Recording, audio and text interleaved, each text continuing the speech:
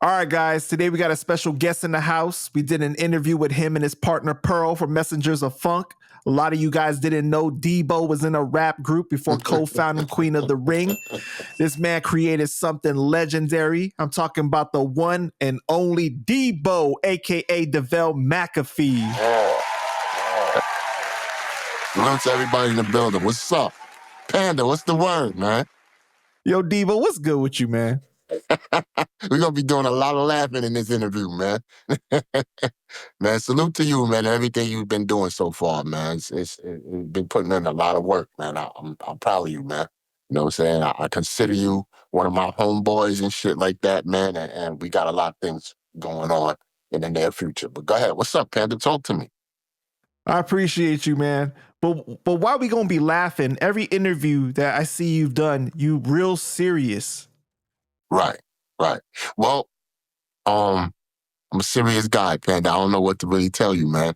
At the end of the day, it's probably the comfortability that I have with the people that I rock with and shit like that, man. And, you know, I see you on that level where, you know, you keep it 100, you ask the right questions, the real questions, man. You got a sense of humor too, man. You make me laugh for some reason. I don't know why, but we here, man.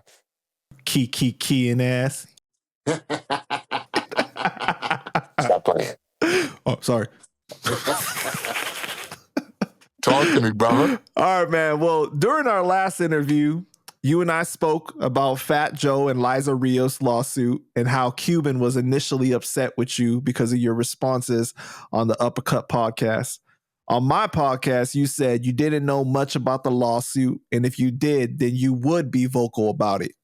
Well, some things have changed since then, so let's talk about it. Yes. Number one, I heard Cuban say something about being neutral and shit like that. That boy know I'm not neutral, nor is my partner neutral. But I got to keep it 100, man. I did see some black and white. When I say black and white, I'm talking about that paperwork, man. And it's kind of crazy. Before the paperwork, though, you saw that Real Life Productions interview, though, with Gongu Roach, right? That's what kind of sparked it. Definitely. I was like, oh, for real? Like, this is what's happening? Now, we ain't going to act like I don't sit here and hear the rumors here and there, what people say about this person or that person or whatever, just anybody in particular in general. You know what I'm saying? Even including Joe. But with me, accusations are accusations. You understand? Assumptions are assumptions. I got to see it in black and white. I don't care who tells me what they tell me. You know what I'm saying? I'm going to take it for face value. All right, cool. I hear what you're saying, but I need to see it. And although it wasn't the contract per se, as far as Pun's contract, it was the court date and the transcript on how everything was ran down in that contract, which was crazy. You know what I'm saying? So me knowing a little bit more about the music business, hold on. Always got to plug this, man. This is a good book by Donald Passman, man. All you need to know about the music business. I read this several times and shit like that. So it gives me a little in-depth and understanding of what was going on when that guy named Gungi Roach, correct me if I'm wrong? Gongu. I'll call him G Roach, right? When he was saying, you know, breaking everything down, I was like, nah, he has something there. He's not just like for play. He's not like BSing and stuff like that. I wouldn't see why he want to put all this to the forefront and just lie. You feel what I'm saying? So when I seen the transcript in black and white, I was like, yo, nah, this is bad. This is bad. You know, as far as the publishing deals, the splits, the cuts, even the candor of what was going on in the courtroom at that time. For those who don't know, when you have publishing, it's kind of awkward in a sense, but it's 100% writers and 100% publishers. So, you know, it's 200% in a sense. If you're a writer, meaning you wrote the song, you should get at least your 100% publishing. That's unless if somebody's writing that song with you. So you break that down to splits. You understand? So if you're not the sole creator of that song, somebody wrote the hook or somebody who gave you a melody of saying, say it this way and shit like that. And you're in agreements to be like, all right, yo, I'm going to give you 10% or I'm going to give you 25%. Oh, you wrote this part, I'm going to give you 5%. It could be broke down in splits like that. Now with the publishing, that 100% can be divvied up in multiple ways between the writer, the publisher, the record company, all types of things. So, you know, you really got to be mindful of how you give out your publishing stuff, man. And, you know, It's not good, bro. At the end of the day, with the Jelly Bean dude and shit, I guess he was supposed to be the quote unquote caretaker, administrator of the publishing, which was supposed to go directly, I guess, to Pun's family and stuff like that, and it didn't appear that way. And I'm gonna be honest with you, man. If Joe was my man, saying he's supposed to be my man and stuff like that, make sure you're taking care of me. Make sure when I pass away, take care of not only myself, but my family as well. We're supposed to be quote unquote brothers. There shouldn't be no discrepancy or no mix up or anything to make sure I'm good, And unfortunately, let's take it even here. Joe said he giving money to Liza and the family and such in these increments and this amount, and that was debunked. You know what I'm saying? Not saying debunked by he say, she say, but by the court because they had to give up the what you call it the receipts and shit like that, and it didn't look good there either. So I'm not saying I'm here to shit on Joe, but what I am saying is I'm here for the facts, and the facts told what the facts was, and the facts wasn't considered a lie. You understand? So it's on your character on how you're being perceived due to facts, not assumptions. You understand what I'm saying, Panda? Yeah. It's a weird situation, man, because it's rare that you see a situation where the publisher with, Jelly Bean Benitez, right? He collected his 25%. And instead of giving the percentage out to Pun's family directly, he gave the remaining amount to Joe. And it was Joe's responsibility to hand over, his a half to Pun's family. And like, if you read the court transcripts, they're dancing around over and over. Jelly Bean's lawyer is like saying, technically we're only legally binded to give Joe his amount. Like, we're not legally binded to give Pun anything.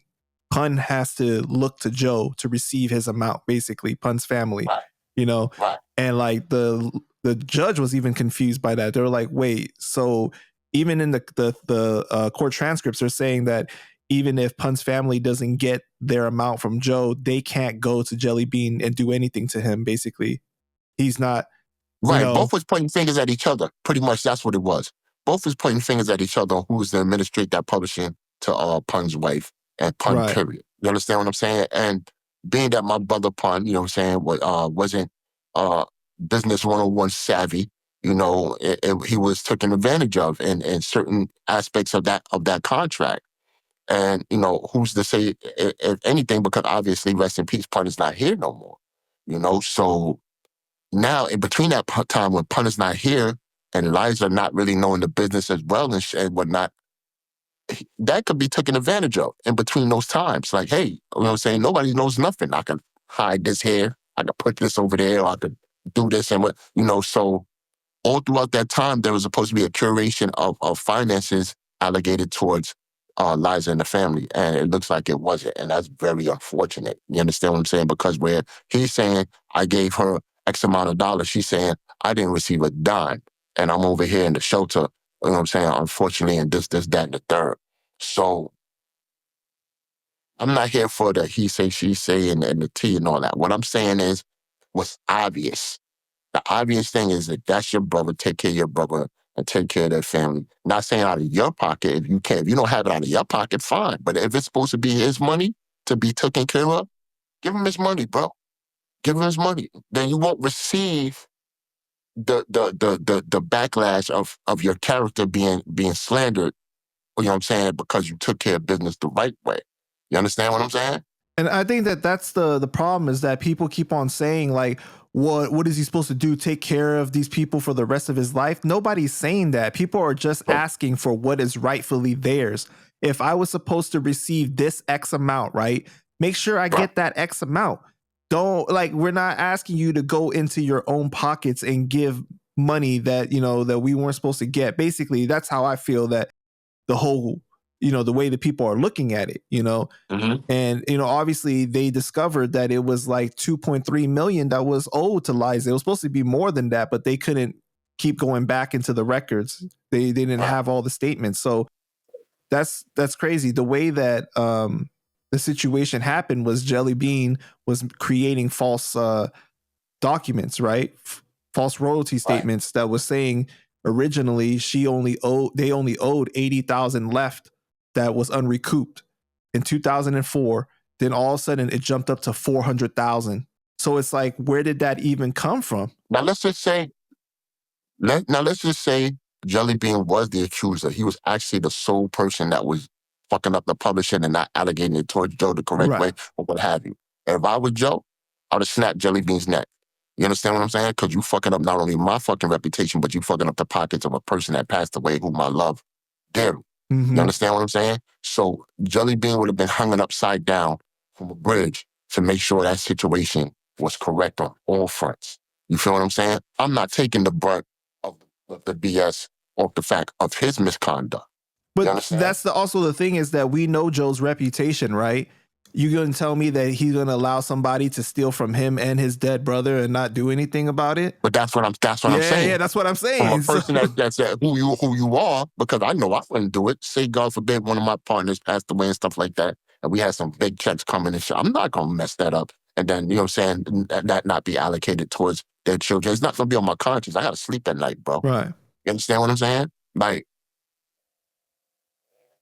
all this boils down to the person, not just saying that of accountability, but the person, the moral standings of that person. If you're okay with this taking out of the pockets of a dead man, God rest his soul, then you some type of different type of nigga. You understand what I'm saying? Like, I don't know what your conscience is gonna tell you or what it needs to tell you. But when you look in that mirror, anybody, from man to woman, when you look in that mirror, you know who you are. You know what you did. Your conscience always runs down your faults, your misgrievances, your positive, it always runs it down in the blink of an eye. You understand what I'm saying? And then you got to go away from that mirror saying, I'm okay with that. I can sleep with that. I can live with that. Right. You understand what I'm saying? So just because this, you know what I'm saying, and we're focused on obviously on Joe, but that goes on Jelly Bean as well. But that goes with anybody per se to say any man or woman, if you can live with that, then that's some kind of different evil. You understand? And your soul ain't gonna rest, man, because at the end of the day, there's a soul that's already up there in the heavens, hopefully in the heavens, you know what I'm saying, that there's a God, you know, we believe in, you know, that's looking down and being like, yo, this is crazy. You know what I'm saying? I'm not gonna allow this. My spirit is not gonna be, you know, it's not gonna be well if this continues on. And look at this. Look at the backlash and the I don't know if I would call it karma, but you know the saying, you know the cliche, everything that happens in the dark will come to light. Right? You know what I'm saying? So it's been ongoing for almost 20 years for that lady, which is Liza, to get her reparations as far as her due diligence in her husband's finances. She ain't divorced the dude. They still married until he passed away and shit. You know what I'm saying? She has every right. That's his estate. That's her estate. You know, and no disrespect to nobody. No disrespect to Cuban, Joe, none of them. You know what I'm saying? Not even the kids, but let's be 100% honest. That's her husband. You know what I'm saying? She was the caretaker, the friend, the wife, the everything, all of above. She gets the right and the just due for everything that comes after Pun passed away.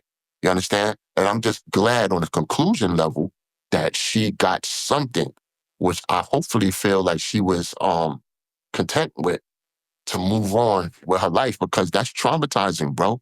You know what I'm saying? God forbid, what if she went out a little bit ways before that judgment call was made? You know what I'm saying? What if she could have never recovered from the shelter thing, or just being poor, period? Yeah. You feel what I'm saying? That's bad, crazy, bro. I mean, I'm not having that on my conscience, Panda. I'm not.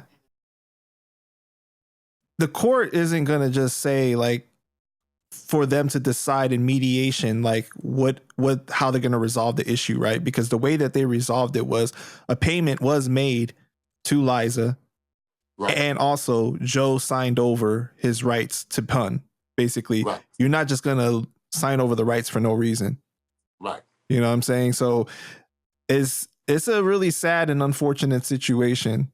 You know, I mean. Well, let me tell you this. I'm going to be clear. It could be twofold where he signed those rights. Maybe he signed the rights over because there was nothing left to monetarily gain off of that. The monetization, the finances were probably slow on the publishing due to the fact that the catalog wasn't being licensed enough to have any monetary gain, or he just said, let me have a clear conscience, at least do this and sign it off, and I could be done with it and move on with my life. You feel what I'm saying? So in hindsight, there was something actually good done when he signed off those rights to Liza. Now Liza owns 100%. Hopefully I'm correct in this because I don't want to be out here assuming and making claims as if it's law that she has. Jelly Bean still owns a percentage of it until like a few more years. But that's bullshit because, you know what I'm saying? Look at that though. Yeah. Now I understand it's business. Don't get me wrong. I understand business. But at the same time, Jelly Bean was out here robbing, you know what I'm saying, my brother for his publishing and shit like that. And I say rob, I'm talking about this in this because I don't want to make general statements and not have context. If it was a production, in the 90s, they had these production deals where it was a 50% production deal and all that. A lot of that shit was bullshit, man. Let's keep it 100 penny. Because trust me, I was caught into that bullshit as well. You understand? I'm here to have an understanding in my head that Pun didn't really know what he was signing. He probably had a lawyer just mull over shit with him. Generally, he didn't have a lawyer look at it. He just signed it, from what I understand. Okay, so the understanding is that. So with that said, let's play it this way. If Pun signed that contract without a lawyer, without any legal standing in front of him, that says the other side understands that he signed a contract that they know is advantageous towards them. Right. You understand what I'm saying? If you're going to make a contract, you're going to make a contract that's advantageous towards you because you're the company that wants to bear fruit of what's going on. You want to make money in hindsight. Now, that's good and that could be bad. Good because, you know what I'm saying, if it all depends on the person. I always say this in the music business or in business in general. It all depends on the person, meaning the person is going to be fair to you and make sure you get what you deserve and probably even more. If that's a kind-hearted, moral-standing person that don't give two fucks about the business, that just wants to, you know what I'm saying, rock out with you because y'all good money. Y'all doing this together. Or it could be a person that's going to take advantage of you. What do we have here? You understand? So now it's like, as the businessman, hey, yo, this artist is not supposed to sign this without no lawyer. Some business people will be like, yo, man, before you sign this, go get a lawyer. Because I don't want no misgivings of what we're going through business-wise. You understand? I want to make sure you know what you're signing. Well, but let's keep it a buck, right? Because he signed that and the contract was 50%. So Joe was getting 50% of everything that Pun was getting. But then also Joe was his manager too, which he was double dipping, which is not allowed. That's illegal. Yeah. And he was getting 20% on top of that. So if you remember the whole situation with Cuban and Joe, when they had a meeting with the lawyer told Joe that what you're doing is illegal. You're not supposed to be able to have this man sign to you and you be his manager and you taking cuts from both. That was what kind of like got Joe really mad and told Cuban to get out, basically. Well, double dipping is for sure what it was, but it holds no context. Meaning what happened there was a conflict of interest. You understand what I'm saying? And other people have done that too. Like Suge Knight did that to Tupac, you know? It can be done, but yet it's not supposed to be done because you could say he's the production company and he's the manager. Who's going to argue with whom when shit is not going right? When they say, hey, I don't like how this is going down, who's going to fight for you? It's really nobody because the person that's supposed to fight for you is the same person, the production company and the manager. So there's nobody that's going to be there that's going to fight in your behalf. So it's a conflict of interest. And yes, it's double dipping. When he said it's double dipping, meaning they're getting probably more money than you are because if they're getting 50% over here and 20%, we all could put the math together. That's 70%. You understand what I'm saying? What do you have? So in hindsight, in the 90s, man, there was a lot of dirty dealers, man. There was all the Puffies of the world, these dudes with these record companies and these production companies, hey, listen, man, shit happened to me too. You know what I'm saying? So at the end of the day, I know what it was. That's how I learned how to understand this business even more, because the people in those record companies were actually pushing me to the side and teaching me a thing or two. And I was like, that's when I kind of figured, like, hey, yo, I think I've got here. How I'm gonna get out of this deal? That's kind of the sad thing, where it's like you had the the white executives doing the shady business practices, teaching those business practices to black executives on the come up, and then the black executives turned around and did it to their own people. Right? Like that's kind of the sad situation there, where it's like it's breeding a cycle of doing the same thing. I got fucked over, now I'm gonna fuck you over, and then it's gonna keep on continuing. Two things that align with that. It's all about money and power. Mm-hmm. None of this wouldn't be happening if it wasn't about money and power. So unfortunately, some people would get that fame way before they want to get that money and power.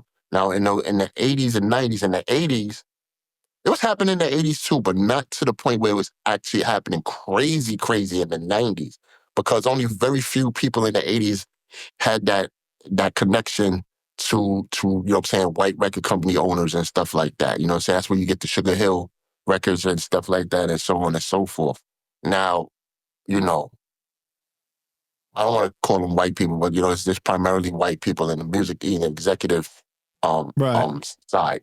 But they said in their head, listen, I'm not going in these hoods talking to Jamal and them. I might get a cap on my ass and shit. You know what I'm gonna do? I'm gonna get the college black kid that's cool, you know what I'm saying, that can have an ear to the street and an ear in the books, go in there and do my you know what I'm saying, my bidding for me to get these groups and artists to come over here to the record company. I'm not trying to go in the Bronx or Brooklyn, Queens or wherever to sort out these artists. I'll have them come to my office in Midtown Manhattan where I'm safe at. You feel what I'm saying? So, grooming was prevalent in the 90s 100 times over, due to the fact that they would have these quote unquote um, brothers that can't rap or don't have talent. They'll teach them how to be executives. And, they'll teach them how to shit over the people that they bring in for their gain, as far as financial and stuff like that. So they knew what they was doing, man. They like you said, they was just teaching them the game. So they'll do that to artists that they'll bring in and stuff like that, and they'll make money and fuck over the next person and do the next person dirty and shit like that. It was a dirty game in the 90s, man. Well, look at what Jerry Heller had Eazy-E do, right? Screwed over his own brothers in NWA. But see, that's what we got to do context, though. Because some are alluding to the fact that even Eazy didn't know what the fuck Jerry was doing. You feel what I'm saying? So now we got to sit here and work out the details, because now we're like, yo, did Eazy really know or he didn't know? You know what I'm saying? Because it's really trying to save the characteristics of the artist that we so, beloved and stuff like that we love to rock out with. Because now you're like, he knew that Ice Cube wasn't getting the credit. Let me just say this. Right. Let me see this. If they trying to say, if Eazy didn't know that we could love him even more and champion him and put him on a pedestal, right? You feel what I'm saying? To whereas now, if Eazy knew, he was a dirty motherfucker. He was some shifty ass dude and shit. Like, you know what I'm saying? We can't really put him up there because he was doing his own people foul. That's effed up. You feel what I'm saying? So, like I said, in this day and era, and the era we're in right now, is everybody trying to save their souls for what the fuck they did in the 90s and the 80s, bro. You feel what I'm saying? Because we're in the information era. Ever since that Cat Williams shit been going bonkers out here. Everybody's trying to clean up their act. You think that they're trying to, or you think that they're forced to? I would say forced to. I would like to go with that. Got you. Okay. Because they wasn't trying to back then when they, you know what I'm saying, when it was all fair game, full fair to let me clean my act up. I got a moral conscience. I can't do this no more. You feel what I'm saying? So some are just forced to, like you said. You're right. You're right, because people are seeing the regular citizens, the civilians are seeing right through the bullshit. You know what I'm saying? And they don't want to be looked at as the effed up executive, or the person they're going down in history as the person that, you know what I'm saying, messed up this artist's life, or, messed up this artist's career and shit like that. They don't want to be looked at as that. All right, so you end up doing an 8-hour stream with Cuban on his channel. I don't know how the heck you did 8 hours, but you guys got real heated, yelling back and forth. How did you talk for 8 hours, and what happened on the stream? Well, actually, it was 7 hours. If we had 36 seconds left to go over, we'd have had 8 hours on the dot. Trust me. And that joint came out 60K, bro. And he took it down. If you ask me how we did 8 hours, I'm gonna be honest with you. It was just a lot of catching up from the couple of years that we haven't seen each other. You feel what I'm saying? So instead of doing that off the air, we did that shit on the air. So it was a lot of, back and forth going on and stuff like that. I don't think anything real too disrespectful, because I don't think he would try to disrespect me in that manner, vice versa. But we was saying some shit, man, to each other and whatnot. But you think it was like great. pent up, like frustration? Yes, 100%, 100%. We was, and the people seen that. That's why you got like damn near 60K in like 15 hours. You feel what I'm saying? No disrespect. He got a good channel, but his channel's not built like that. You know what I'm saying? That's the most views he's ever had on his channel. That quick. You feel what I'm saying? But that's my brother and shit, man. We was on there. We was sauce. We was drinking and shit. He had like 15 cigarettes. I said, my nigga, you got a whole pack you just smoking right now in front of the whole world. The whole carton. Fuck that. I was like, so we was going back and forth, man. My thing is, I don't think he had anybody on his level where I would say that he loved, that know him, that could go back and forth with him like that. You know what I'm saying? And like I said, vice versa, man, because I'm not his end all be all where I'm his big homie and I could tell him what to do and none of that shit. Nah, genuine, that's my man. You know what I'm saying? And he respects me and I respect him. And it felt like a therapy session, man, for both of us, because I got him to admit a lot of things and say a lot of things he probably would never say on Instagram. So when you Instagram and YouTube, so when you catch it, when you caught it, you caught it. You know what I'm saying? So, but it was an emotional conversation, right? I would say it was emotional for him, man. So he had to get a lot of things off his chest and shit like that, man. I take the world with a grain of salt and whatnot. Emotional as far as how he feel about, everybody around him, as far as like the people that he feel like that's close to him, from the Lizas to the kids to, you know what I'm saying, me, Pearl, you know what I'm saying, everybody that he feels about and shit like that. And it was genuine. You know what I'm saying? I'm not going to sit here and say he said anything wrong. It's just how he felt. You know what I'm saying? Because what he felt is not wrong. How you feel should not be, you know what I'm saying, as wrong as how you get out your feelings. You know what I'm saying? How you approach the situation is right or wrong. You feel what I'm saying? And I gave him that leeway. I gave him that conduit to be like, yo, man, just get it all off your chest, bro. You know what I'm saying? Like, just rock out. Just do what you do, man. Because he had that picked up energy for probably years, decades, or whatever. But, he laid everything right in front of me and shit like that. You know what I'm saying?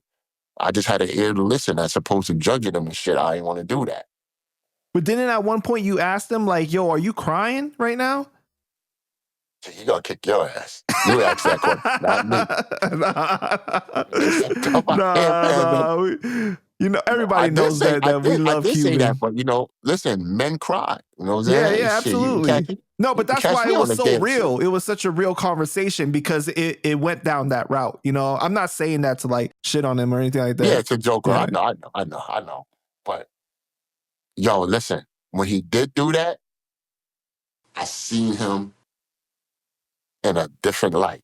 I seen him more in a vulnerable man light, because as men, we seldom cry. We are saying, especially on here, you cry, people gonna make fun of you and all that shit.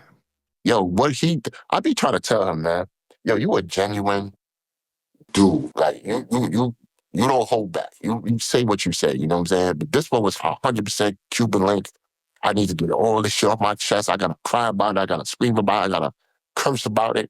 And you know what I'm saying? And I keep trying to tell him, man, the more you like that, the more you show that to the people, the more the people gonna love you, man. And it showed in those numbers. Yeah. And shit like that. He wasn't wrong for having that emotion. No, not at all, man. Shit.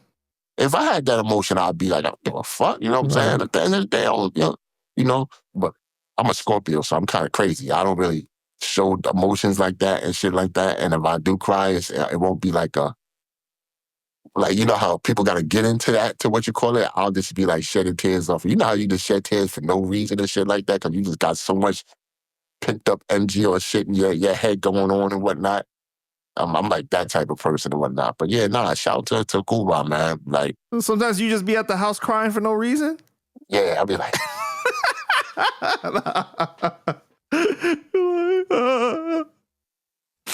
yo, listen, I'm not gonna lie. You know what I'm saying? Men out there, ask yourself, when's the last time you shed a tear? You fucking cried when it wasn't an emotional, super emotional attachment, like a person passing away or something like that. We all have to exercise all our emotions. You know what I'm saying?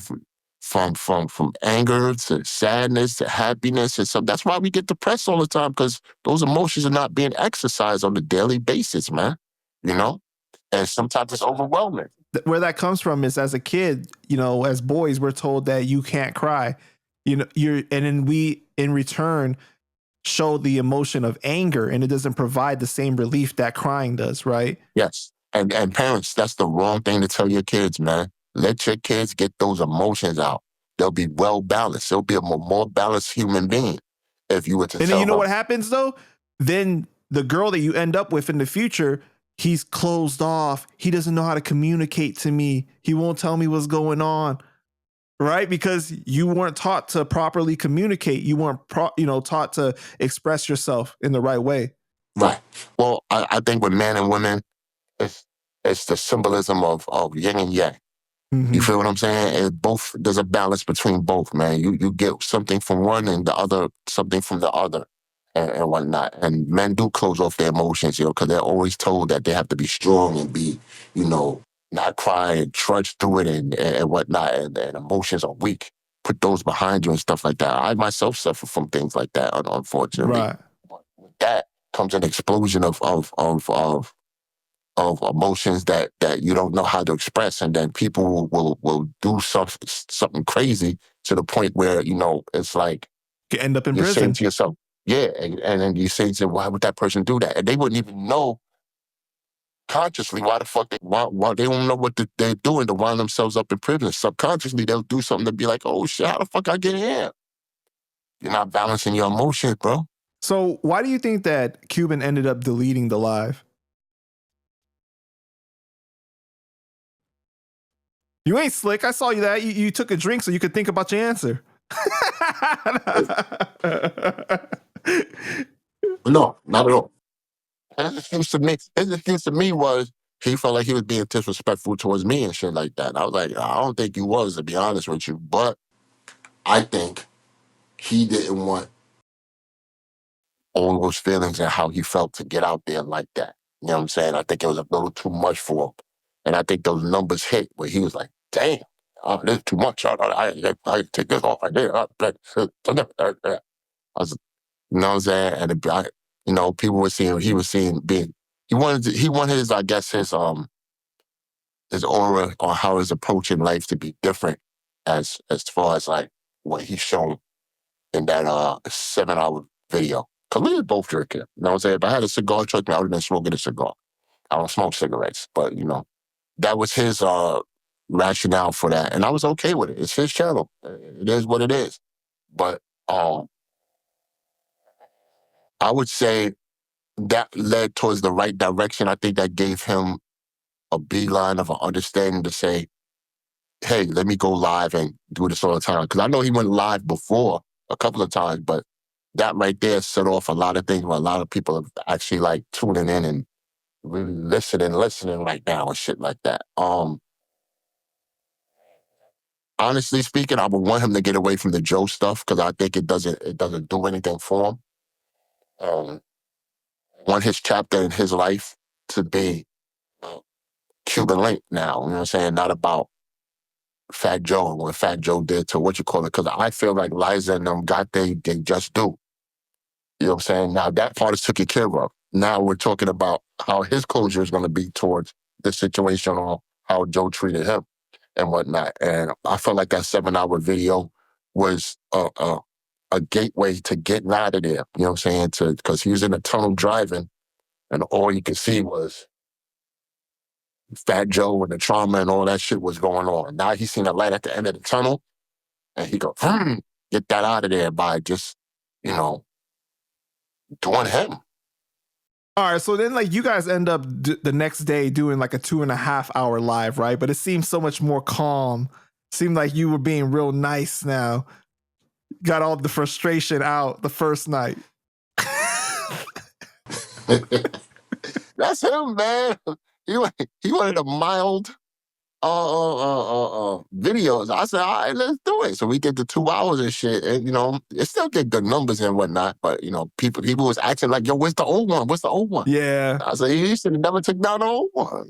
People was hitting me up too, like, yo, what happened to Cubans Live and blah, blah, blah. I'm all like, man, I don't take care of that. You guys acting like that's my channel or something like that. Listen, I don't know what's going on. Listen, it means something when they asking for a 7-hour video, bro. We did 7 hours straight, no break. Almost 8 hours. Almost 8 hours straight, no break. We did like a shift. I'm not gonna lie though, because like I saw that you guys were live, and then all of a sudden I came back like hours later. I'm like, wait, these motherfuckers are still on here? I was like, what? What is going on right now? I'm like, God damn. Like, how much do you have to talk about? And people were trying to tell me, they're like, yo, you got involved in that stuff. They was bringing you up and they were saying this and woo, woo, woo, woo, woo. And I'm all like, got nothing to do with me. We were showing you love, man. You know what I'm saying? Me and Cuban gets into this back and forth. Who's Panda's friend first type shit. Like, you know what I'm saying? Nah, Panda's my people. Nah, you fuck out of here. No, you talking about, I introduced you to him. Like, no, the fuck you did, man. What you talking about? But, 7 hours, man. Like, and that's a magical thing because, like I said, who the fuck is interested in a 7-hour motherfucking live? It's crazy. When I seen those numbers, I knew I was going to get numbers. I knew I could pull out of them and stuff. Like, he was giving me stories that he never told before. That was another interesting thing. The J-Lo story, it was a couple of stories and shit that I forgot. I wish to think. No, but you was funny at the beginning of that 2.5 hour one the following day. You was all like, oh, like I think you said like some kind of joke right at the beginning, like, oh, no drinking this time, or like something. I'm like, we going, we're not gonna be emotional this time or something. Like I forgot what you said exactly. Right. Listen, man, I don't know, because we could joke on each other and stuff like that. Like I'm annoying, man. I'll push a butt or two. You understand what I'm saying? So like I said, he's probably the one that's always doing that to other people. When it's me, we go back and forth. That's why we was there for hours and whatnot. So, you was like, you ain't gonna Debo me. I'm gonna Debo. You ain't pushing me around. So he said, ain't no drinking, no none of that shit. Because he had a whole bottle of Patron. He drank that whole fucking bottle, that whole 7 hours. I had the Baileys. I drank the whole Baileys bottle almost damn near. So I was like, we just keep it civil and whatnot. We just, it was a no drinking. So that's why you get the mild-mannered 2-hour joint instead of I was drinking Thunderbird watching. Thunderbird? You drinking Mad Dog 2020. No, I had a little taste of that cognac, No, but in the end of the video, man, he told me it did something for him. You know what I'm saying? He thanked me for it and whatnot. You know what I'm saying? And like any other brother, he appreciated the talk because, like I said, I guess he didn't get that from anybody else and whatnot. So, I appreciate him just, us kicking it and just, doing what we usually did back in the block and when we was on in the hood and shit like that and whatnot. It took us back to like 94 and whatnot. That's why. Why don't you guys start your own podcast? Cuban and Debo. Not starting a podcast with no Cuban Link. You understand what I'm saying? That man will talk. Come on, man. Yo, you see what happened while I was dealing with Pearl? Cuban's that times 10. I'm like, nah, yeah. Talk to me. I'm just standing there like this. Listen to everybody. Yeah, no, you're right. Nah, that's a fact. Nah, like, come on. Like, nah, man, he'll take over. And like, that's why he's good on his own shit. You know what I'm saying? Like, that man can talk. Let him talk. You know what I'm saying? Salute to Cuban, man. That's my brother. So what did you think about what he said about how he felt about Pearl? Because he felt like you were 70% or whatever, more like not in the middle, neutral, but a little What's more. up with these percentages? I don't know, but he said that, right? He said something like that, but then he said that he was surprised he didn't know that Pearl actually had a friendship with Joe like that he was cool with Joe like that, and he felt that he said in his words, I was mad at Pearl for basically what he said about, the situation. That's just the thing. You don't know everybody's life like that. And I'm not just saying him per se. I'm just saying everybody. Like a lot of people probably didn't know that we had a quote unquote relationship back then with Joe and shit like that when we was around each other and whatnot. And it was a surprise to him. So that answer that we gave in the interview was a surprise to him as well. So he was shocked off of that. So he called us neutral. Fucking you call us neutral? Yeah, you're bugging. Because number one, me and Pearl was never scared of any man. We ran the streets just like everybody else. You know what I'm saying? So nobody could scare us as far as like industry wise or street wise to be like, yo, you say this, I'm gonna say like, no. You know what I'm saying? Pearl said what he said, you know what I'm saying? That was out of what he wanted to say. And that's how he felt. You know what I'm saying? I can't tell that man how to feel or what to say. You understand? I even felt that at that point in time and shit, till I seen the black and white. And I was like, okay, this shit look crazy. You feel what I'm saying? So at the end of the day, you're going to get mad at Pearl because of how he felt and shit like that? Nah. I think that was a conversation for him to have behind the scenes if that was the case, to call Pearl, because he got Pearl's number from one to know. If not, he could have called me and got his number and had that conversation with Pearl and shit like that because, Now that would be box office if they did a live and spoke about it, them two. I just don't want to be around that live. That's yeah, crazy. I don't think I would want to. Ain't nobody gonna be able to talk. There's gonna be someone out there. What would you say? No, they gonna need you to referee it. Not referee because you know them both like that. Stop putting me in places I don't want to be. Stop. You got the whistle. And start going. You tell them to stop. No. Oh no, you got a timer. All right, 2 minutes on Pearl. 2 minutes on Cuban. And then they start arguing their points. I'd be like, yo, I just stop that 2 minutes. Like, no, I'm going 7 on this one. Like, you're like, sir, you're like over the speed limit. Right. That would be crazy, like though. I said, man, this kind of opens Pandora's box, man, because like I said, a lot of people don't know the other side of what Pun, Cuban, and was rocking with because they didn't make that connection. Because I never put it out there. You feel what I'm saying? And it's not like I'm ashamed of it. It's just that battle rap and my music career never correlate with each other.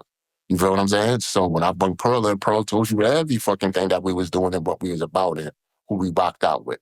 There was a point in time where I was damn near the leader of all these motherfuckers. Like I was RZA and shit like that. Everybody used to come to the meetings, you know what I'm saying, and listen to what me and Pearl had to say and this, that, and the third, and we would go out and make things happen and shit like that. We would be in the studio all the time and whatnot. So, but I'm me. I'm my own person. You feel what I'm saying? Just because Pearl's standing there next to me don't mean all about our dreams and views are the same. Views align with each other. You know what I'm saying? Because there were some things he probably said in that interview. I was like, this nigga bugging. You the fuck out. And I don't know.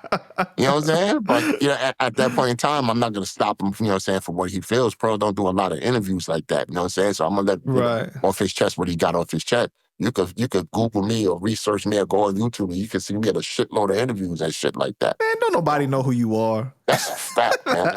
That's a fact. Nobody knows me at all. And I would like to keep it that way.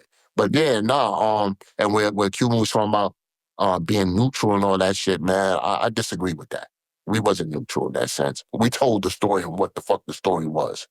And that's all it is. You know what I'm saying? And at the end of the day, I'm going to say this, I'm going to keep it real. This is some real shit. Pun passed on. Rest in peace to my brother. He passed away. You know? Bringing up things to be divisive and aggressive towards each other doesn't do us anything, any favors. What needs to be done now is curation. What needs to be done now is celebration and keeping his name afloat. You feel what I'm saying? And if Joe could do that from over there, fine. If Cuban could do that from over there, fine. If we all could do that from our respective spaces and places, fine. As long as there's no current taking finances from anybody and shit like that, I'm good with it. You feel what I'm saying? So the interview that we gave you back then is the interview I still stand on. You know, so you understand what I'm saying? So that's what it is. At the end of the day, just gonna be what the fuck is gonna be. These niggas ain't gonna never get to each other and have a conversation because it is what it is for whatever reason. And that's on them. I'm not here to assume or come up with an answer as to why these motherfuckers don't want to fuck with each other. But I know both sides. I know both sides and they're stubborn. All right. Well, let me ask you this, okay? So if Pearl saw the black and white, do you think that he would have the same reaction as you? He probably have the same reaction. He just wouldn't say it on camera. I know Pearl. Why is that? Doesn't make him no never mind. It serves no purpose for him to say it. So why does it serve a purpose for you to say it? Because I have a moral obligation to my brother. I'm just outspoken. Pearl's not an outspoken person like that. That's why you rarely see him on any cameras or any interviews. You have the interview where he told them. He sounded real outspoken in the interview. No. That's what I'm going to tell you. I'm going to break it down. You have the interview where I've ever in my life seen him more outspoken on a camera, ever. You understand what I'm saying? He's outspoken, but in the streets. He's outspoken mano a mano, face to face. He's outspoken over a phone. He don't really do the internet thing and all that shit like that. It's not his bag. You know what I'm saying? He's a criminal. He's an ex-criminal. He's more out there doing the street shit and all that shit. I'm sorry, bro. I love you, my brother. But that's his bag. So to say, like I said, to say he was neutral when he was playing big, because I see that little slick-ass comment Cuban said, oh, because he's in the business and he don't want to, man, Fat Joe don't got nothing to do with my motherfucking business. You know what I'm saying? Everybody's got to be like, oh, Fat Joe can say, I can't fuck with you for jokes. You crazy? That's he gonna shut down your venue. No, that's not happening.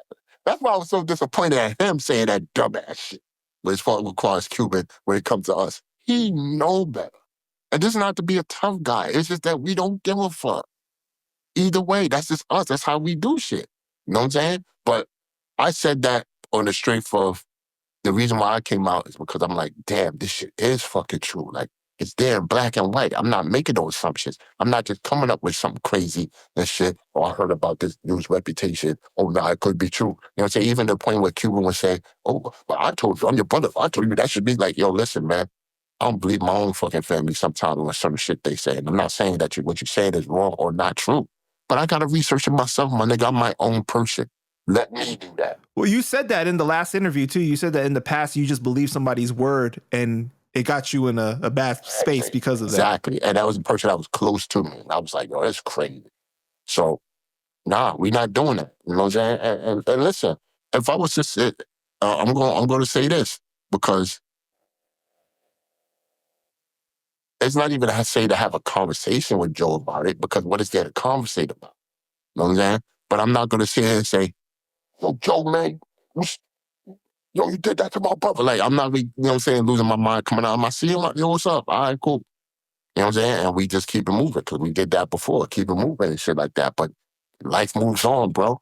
If I die tomorrow, God forbid, life is going to move on. You know, he was a good dude, or I ain't fuck with him. Or, this interview going to do millions? No, it's going to be 500 and that's it. I'm going to turn the lights off. But, you know. Yo, Debo's last dying words, fuck Fat Joe. That's going to be the title of the video. No, just playing. You're going to get yourself beat up because nothing's going to happen. You saying that shit. Just playing. No, but you was funny, though, because I saw the live where you were saying, if Joe wanted to talk to you right now, would you take the call? Or would you want to do it in person? And he said that I would have to knock him out first and then set him up and then I'd talk to him. You were crazy. Is it really that crazy, though? Here's what I think.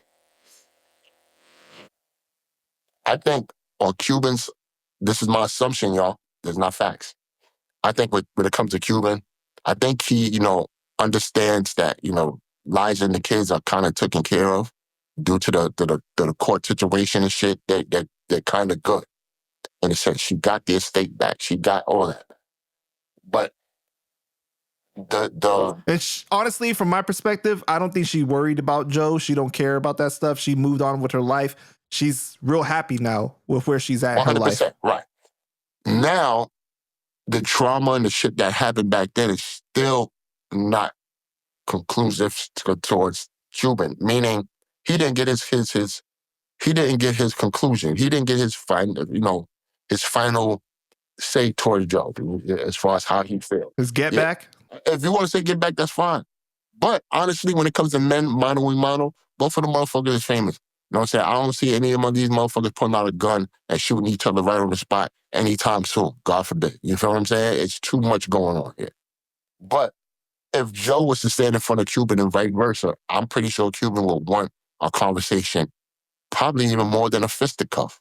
I mean, obviously he's a hothead. He's gonna want to fuck the fisticuff, but he's gonna want more of the conversation to be like, yo, why'd you do this? Why this happened? Why this happened? Because at one time they were, he does admit they were once brothers.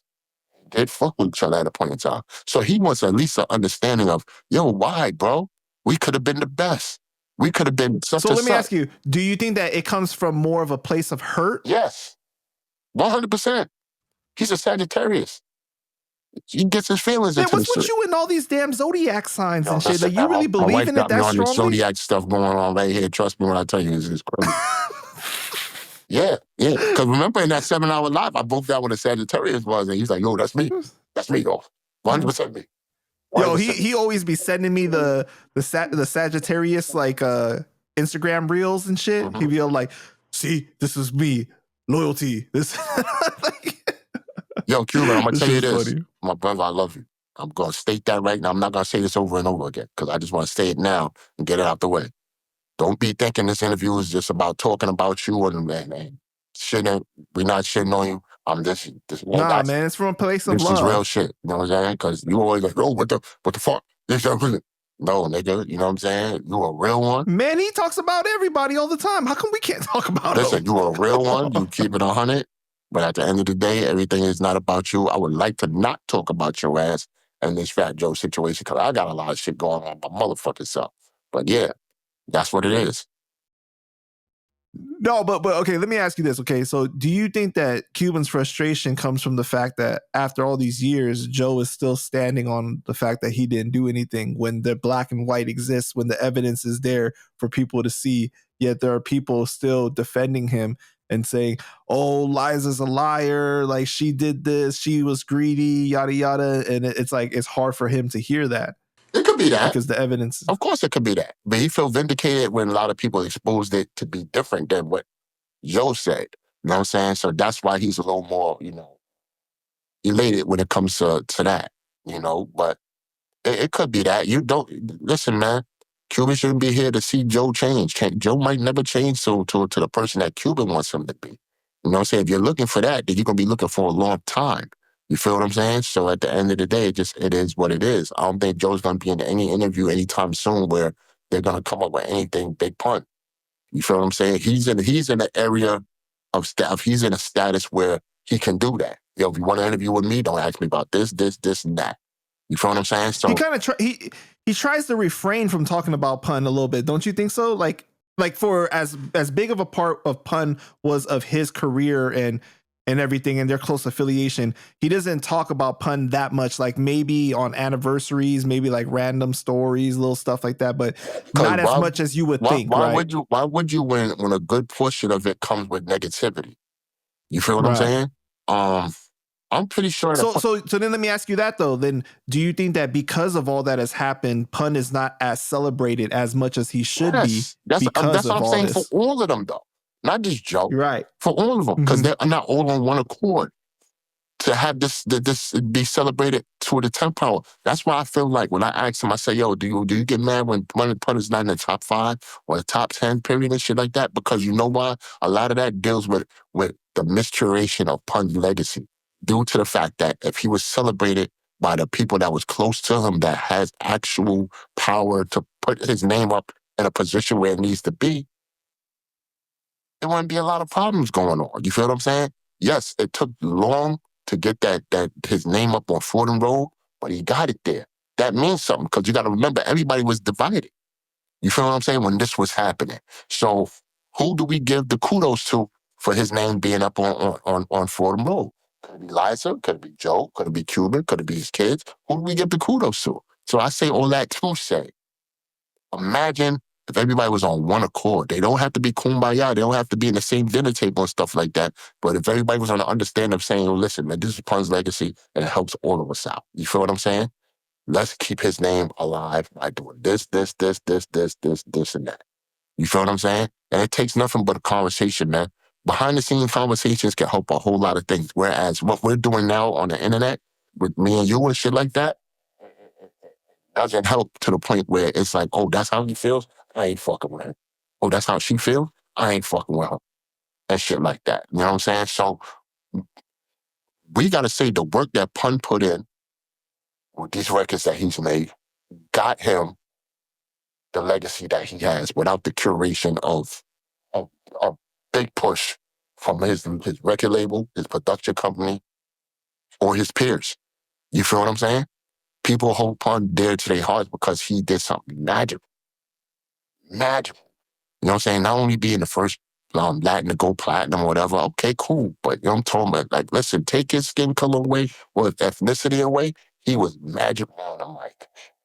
Right. Whereas a lot of people would Well, say, let me ask you this, though, okay? hold on, Panda. Well, a lot of people would say, yo, if you take the whiteness of Eminem, he wouldn't be so hot. Which is crazy to say, right? But that's cool, right? If you was to take his ethnicity away, close your eyes and shit, it wouldn't matter. Like, Pun is nice is nice. Just like Eminem, nice is nice. Right. You feel what I'm saying? Well, let me ask you this, right? Because you're talking about the fact that people haven't been able to work together because of all that has happened. So, after the lawsuit that Liza had told Joe, like, hey, I want bygones to be bygones. What happened has happened. I want to do this Big Pun movie or series.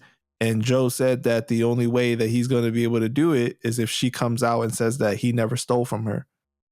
And of course, her reaction is like, why would I do that? Because that would make me look crazy. Everybody would be back in the DM saying, fuck you, and you did all this shit and yada, yada, right? So that's not for a lack of effort on her part, She was willing. Kudos. Let me say this, because this is crazy. Kudos to her for doing that, for sticking her hand out and saying, hey, let bygones be bygones. Because she knows the importance of Pun's legacy. And she knows that it could be done without Joe, but with Joe, it makes it that much bigger. You know what I'm saying? Because Joe was the person that reached out and brought Pun to prominence. We're not going to... Well, you need multiple perspectives in order to really get the story told right. Shut your ass up, Panda. I'm finishing my statement.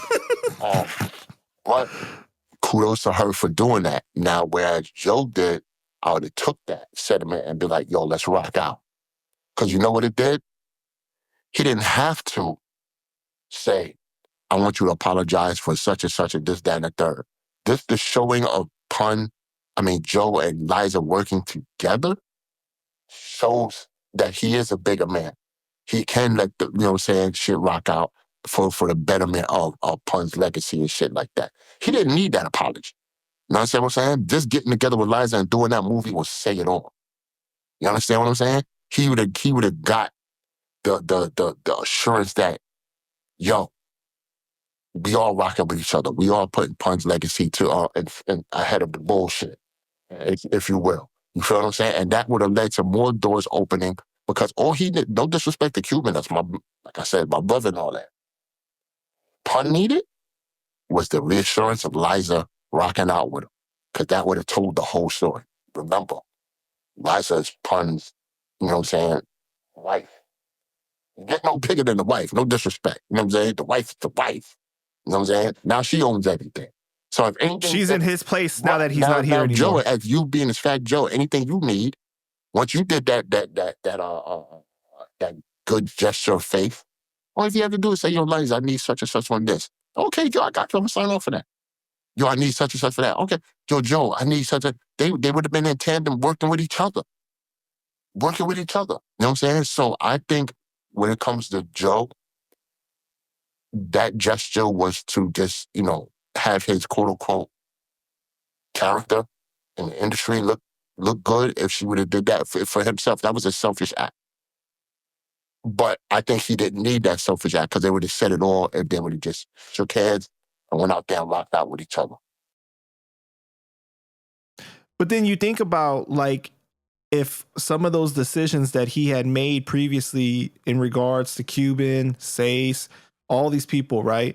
If he had just proven that TS as a record label could put out successful artists back to back and stuff, TS right now would have been on another level and it would have solidified his spot in music even more. Yo, let me tell you something. I'm gonna put that with the shit that I got, right? The manager that we had, you know what I'm saying? I'm not gonna talk crazy about him because he's passed away. God rest his soul. We had a similar situation with Pun, like Pun. We had a powerful manager that could open all doors and stuff like that. What he didn't know is he had three talented dudes that if you would have just curated and just nurtured the group, it would have been one of the biggest groups in the fucking world as we see today. I, I kid you not, Panda. Because we was just doing things experimental that nobody was doing. And I'm not just talking about from the Spanish rapping and shit, but I'm talking about from the English and all that shit too. Like, I've set verbal trends that people are doing today that don't even know it probably came from me. And that's real shit. People are probably like, oh, God, what the fuck you talking? Trust me, you go back to that album, you'll hear me spitting flows and different type of things, experimental, just to, you know what I'm saying, for other people to run off with him and shit like that. Now, I had a group member, which hopefully I could get him here one day. His name is DJ Royal Tech. He's the Colombian cat we was talking about.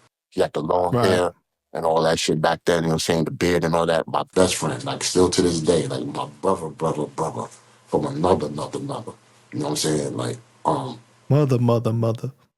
feel me? I would say he's the most talented one in the group.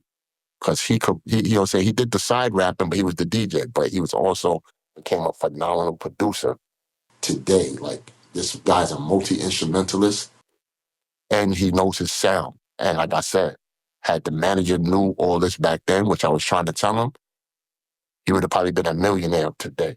And we would have been millionaires today as well. So I say that to say, you're right. Because look at, I don't want to call him Baby Pun. Look at Chris Rivers. That kid is nasty. He got bars. He is phenomenal. He's lacking one or two things his father didn't have, but that comes with tooling and teaching. And I'm gonna be honest with you, I think Joe would have been the perfect person to put him on the next level. He would have got him there. Because one thing I would say about Joe is that he has talent with is He has an ear for music. he has an ear for music and he's smart. He's like an unofficial A&R. He's probably like the unofficial best A&R in the music business when it comes to hip hop. You know what I'm saying? And he could have took Chris Rivers to another level, man, but it's just the divisiveness and stuff like that. What if Joe would have said, you know what, Liza? You're right. My fault. Let's get it rocking. Let's get this, not only let's get this Pun movie rocking, let's get Chris Rivers into a bag, you know what I'm saying, to whereas we can get your whole family, you know what I'm saying, into a millionaire bag. You feel what I'm saying? Let me nurture this kid to be the next just as good as his father. You know what I'm saying? I mean, to a point where not only he would have had Chris Rivers rocking, he would have brought hip hop back because all this boom bap shit is kind of coming into play now. You know what I'm saying? Every history has its errors, and the boom bap shit is coming around again. Chris Rivers would have been perfect for this era right now. He would have smoked all these motherfuckers. I'm talking about smoke. You hear me? Because that kid is a technician. He knows technique. He knows metaphors, similes, compound rhyming, chain punching, he knows storytelling. He knows a lot of shit, man. Right. It's just that what he's utilizing his tools right now is utilizing it for the podcasting shit, which I think he's great at. But I still think he has a calling because he's still young enough to get out there and be a legend. Yeah, man. All right. So, did you grow up battle rapping yourself? I hate you, Panda. What? Yes, actually, I have. Off camera, you know what I'm saying? They would say the off camera. I wouldn't even say the off camera era. I say the off camera era and shit like that. The lunch tables? A little bit of that, but a little bit after in between, because I used to run around in the streets, battle rapping and stuff like that. You know what I'm saying? Like in the Bronx, mainly and stuff. That's where I met, punning all of them and stuff, because they was rapping too and shit. And the halls of hell and all that, I was there. Me and my partner Pearl and shit, we was there rocking out and shit like that. And yeah, we would just battle anybody who feel like they was nice and shit without hesitation, go on people's blocks and getting crazy. So when did you start to like show interest in moving into the battle rap world as far as like Queen of the Ring and everything? That's a good question. Pretty much I was producing and rapping on a couple of things, and I was kind of getting bored of that. And I was like, this is not working. It's something I'm looking for that I'm not finding. And then my brother, shout out to Manchild, he pretty much took me to a battle event with his Who? Manchild. Manchild. Yeah. We did a couple of records and stuff like that that's out there with the stuff that we was doing. But we pretty much, he took me to a battle rap event called King of the Ring with my man Rated Off. That was his partner. Shit, that's when I met up with Vague, and I was like, oh shit. You know what I'm saying? But I was into battle rap before that because I was watching a lot of Grind Time and shit like that. In my downtime, I was just chilling. I was watching a lot of Grind Time. I was a big Arsenal, Conceited, Cortez, DNA, a lot of cats, man. Shout out to my man PH, may he rest in peace. Oh, you was watching Grind Time during the time where they were putting a lot of stuff on World Star Hip Hop, right? Yep. That was in 07, 09, I think, around that time. Yeah. Oh, excuse me, 08, 09, around that time. Yeah, there was, I know Direct is my brother, that's my man and shit. He was putting a lot of Grind Time battles on World Star and stuff like that. So, that's how I got to watching them. And I went straight to their channel and started watching even more battles. So I was a big battle rap head, because I used to do that back then and whatnot. So it went back to my roots. So when I went to that King of the Ring joint, that's where I met Vague. And when I met Vague, I was like, yo, I want to do this, man. And me and Vague got up and we started doing King of the Ring and whatnot. And I came in more of like a cameraman / editor and shit like that. I would film the battles and edit them shits and whatnot. And then a couple of months later, through my hard work, I was like, yo, what's up? Let me, get a piece of this partnership and whatnot. He was like, all right, let's do it. And me and Vague became partners of King of the Ring then. And that's how I got into battle rap. So when does Babs enter the picture? That came into the picture the end of 2010, 2011. When we first started Queen of the Ring, it was in 2010. That's when me and Vague was still rocking. We went from King of the Ring to Queen of the Ring. We would have co-ed events. So, we would have 1 or 2, 3 to 4 women, and then we would just, merge those events together and whatnot. We kind of seen Queen of the Ring was like inching up past King of the Ring, became a little more popular. I say, yo, let's just make it a thing to whereas we find a female co-host, because they're going to be like, yo, these dudes is running a female battle league. I don't know. I guess I see something off with that. So I said, let's just have a female representative and whatnot. And I was a fan of Bad Bunny for making a band because I seen her on MTV every time and whatnot. And I was like, yo, man, she's dope. And for those who don't know, she battled on national TV. She battled 2 women on national TV. Yeah, she did.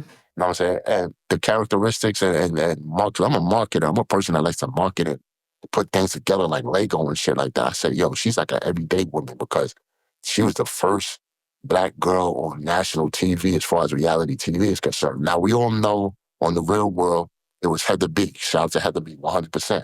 But I'm talking about in hip-hop terms and shit, because the Real World was kind of like too much, not hip-hop, formatted. But it also was really early on too. Right. Early on. These are early on. Yeah. So I said, yo, if I can get her, we rock it out. And here, lo and behold, she called me out of nowhere. I didn't have her number or nothing.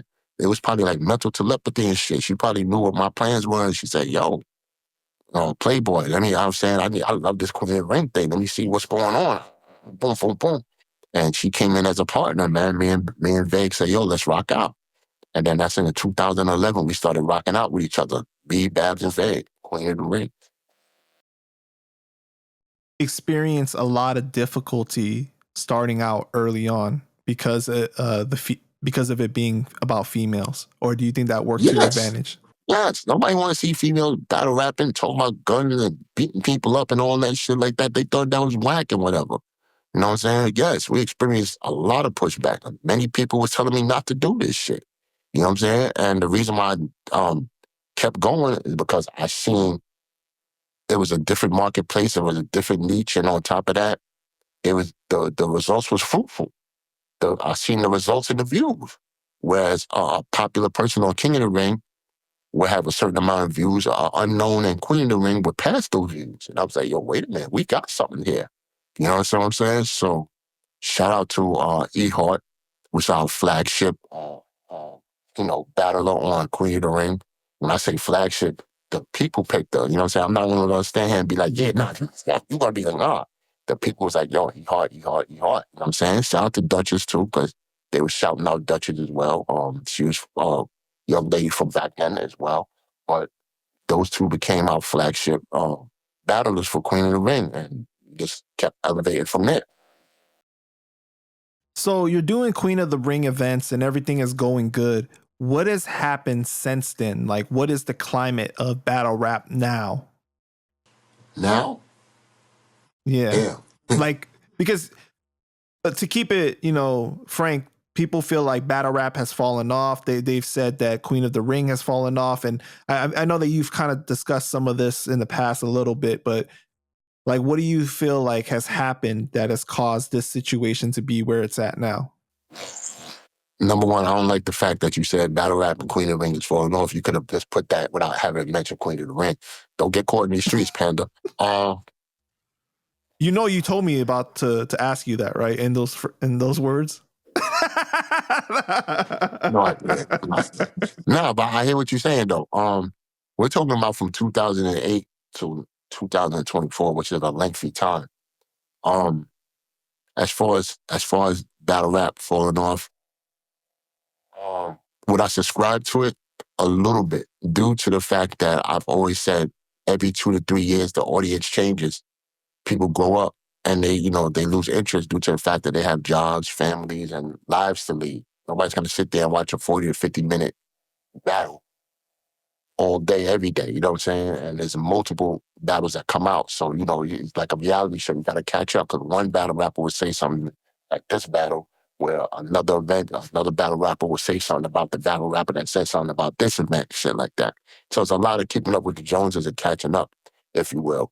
So, the audience does change, and there was a strong fanship of battle rap between 2007, 8-ish, all the way to like 2020, if you will. And pretty much a lot of things happen, whereas you have this YouTube and there wasn't like a Twitter around or Instagram, if you will, and stuff. A lot of people was fixated on YouTube and stuff like that. That would be the place to catch everything at and whatnot. So it's sort of like your community, so to speak. So, things happen, man. At the end of the day, battle rap is still around. It's dwindling climate, unfortunately, yes. But I think it'll get back around sometime in a new era. Right now, it's just a lot of things going on. There's a lot of things that'll catch your attention and stuff right now. Battle rap is not organized to the point where it's not like a WWE where everything is a one-stop shop. You go there to watch that, and that's it. Nowhere, no other place. You got a plethora of other battle rap leagues and stuff that you can go places. So people more follow the names as opposed to the league on the platform now, if you will, because back then the names is definitely, you still follow those, but everybody had their favorite platform. You know what I'm saying? Whether it's a Queen of the Ring or URL or King of the Dot, Grindtown, so on and so forth and stuff. So, I get what you're saying, because it's kind of like if you use the wrestling comparison, right? It's like you knew for a while you could only see Hulk Hogan on WCW, right? You could only see The Rock on WWE, so like you were locked into supporting that particular Right. company. Well, you had You we know, had ECW, we had WCW, we had WWF or E, whatever you want to call it, and then stuff like that. And we all know the story. Vince McMahon ate up WCW and brought it to WWE. and He also ECW ate up too. ECW and brought it to Right. WWE. You know what I'm saying? So Right. all your top stars that you wanted to see was at one spot. You know what I'm saying? Whereas, battle rap, it was a big competition, whereas everybody had their own platform and their own league, if you will. And, the best performers go to the best spots and stuff. So that's where you get to see Do the you think battle. that kind of ruined battle rap, where it was like, okay, for the at one time it was mainly like the two main ones that were being spoken about, right? At least from the male perspective, was King of the Dot and URL. Mm-hmm. But then like King of the Dot would get so many of the URL guys on their cards all the time, so it wasn't like, I remember one time they were talking about like, oh, what if we did a King of the Dot versus URL? But it's like Smack was like, well, you guys already get so many of our rappers anyways to go on your card, so it doesn't really make sense. It was no like loyalty specifically to the brand. Right. Right. Well, technically speaking, a lot of these artists weren't signed. Like a lot of big artists, they would probably refuse to sign to a company due to the fact that they feel like they can get more money elsewhere, just not just being Right. stagnant in one spot. They would get money here, then they could go there, then go there and go there. You know what I'm saying? So That was done a little bit later, right? Where it was like, I signed you for like 3 battles. Yeah, a little bit later, right? Because you all started getting hip to what the battle rappers were doing. It was like, nah, we got to figure this out, because at the end of the day, business-wise, it's not conducive to us to have these artists all over the place and they just not focusing on where they should focus on. Now, it depends on who you're speaking to. Because me as a league owner, you know what I'm saying, I'm in the same boat as a URL or a King of the Dot. I wouldn't want my artists to be traveling all over the place, because you never know when they're gonna fall lackluster on any platform, and hopefully it's not mine. You feel what I'm saying? But whereas a King of the Dot would employ mostly, a lot of the URL artists and stuff like that. You got to also remember, being respectful towards King of the Dot, they had their own fan base and their own audience. Right. You feel what I'm saying? So a lot of these battle rappers would go to King of the Dot to cater to a different fan base and a different audience, if you will. You know what I'm saying? So you'll get the same product, but the product is getting towards a fan base that URL or Queen of the Ring doesn't have, if you will. So, but I will say this.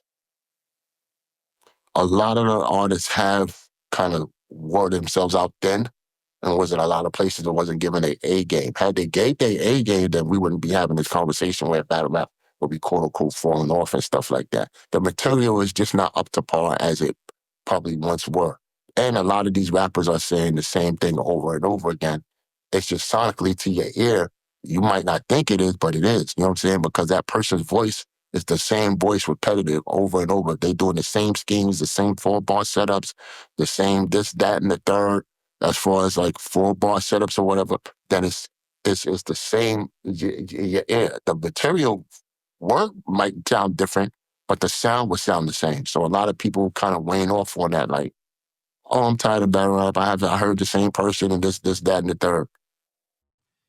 Don't you think that it's such a tough business though? Like, I know you got from the league perspective, it was really tough, but also depending on it from a battle rapper's perspective of like, depending on this for my main way to eat. Like, how do you continue to support yourself off of doing one battle here, one battle there? It's like not a lot of these guys were getting paid like, Here's the thing. For me anyway, battle rap kind of little by little came into that type of financial business that was fruitful for a lot of people. You know what I'm saying? I don't think a lot of people intended. It depends on who you speak to. I don't think a lot of people intended to this to be financial. You know what I'm saying? Like fruitful for everybody, if you will. Whereas URL was the leading brand to make it that.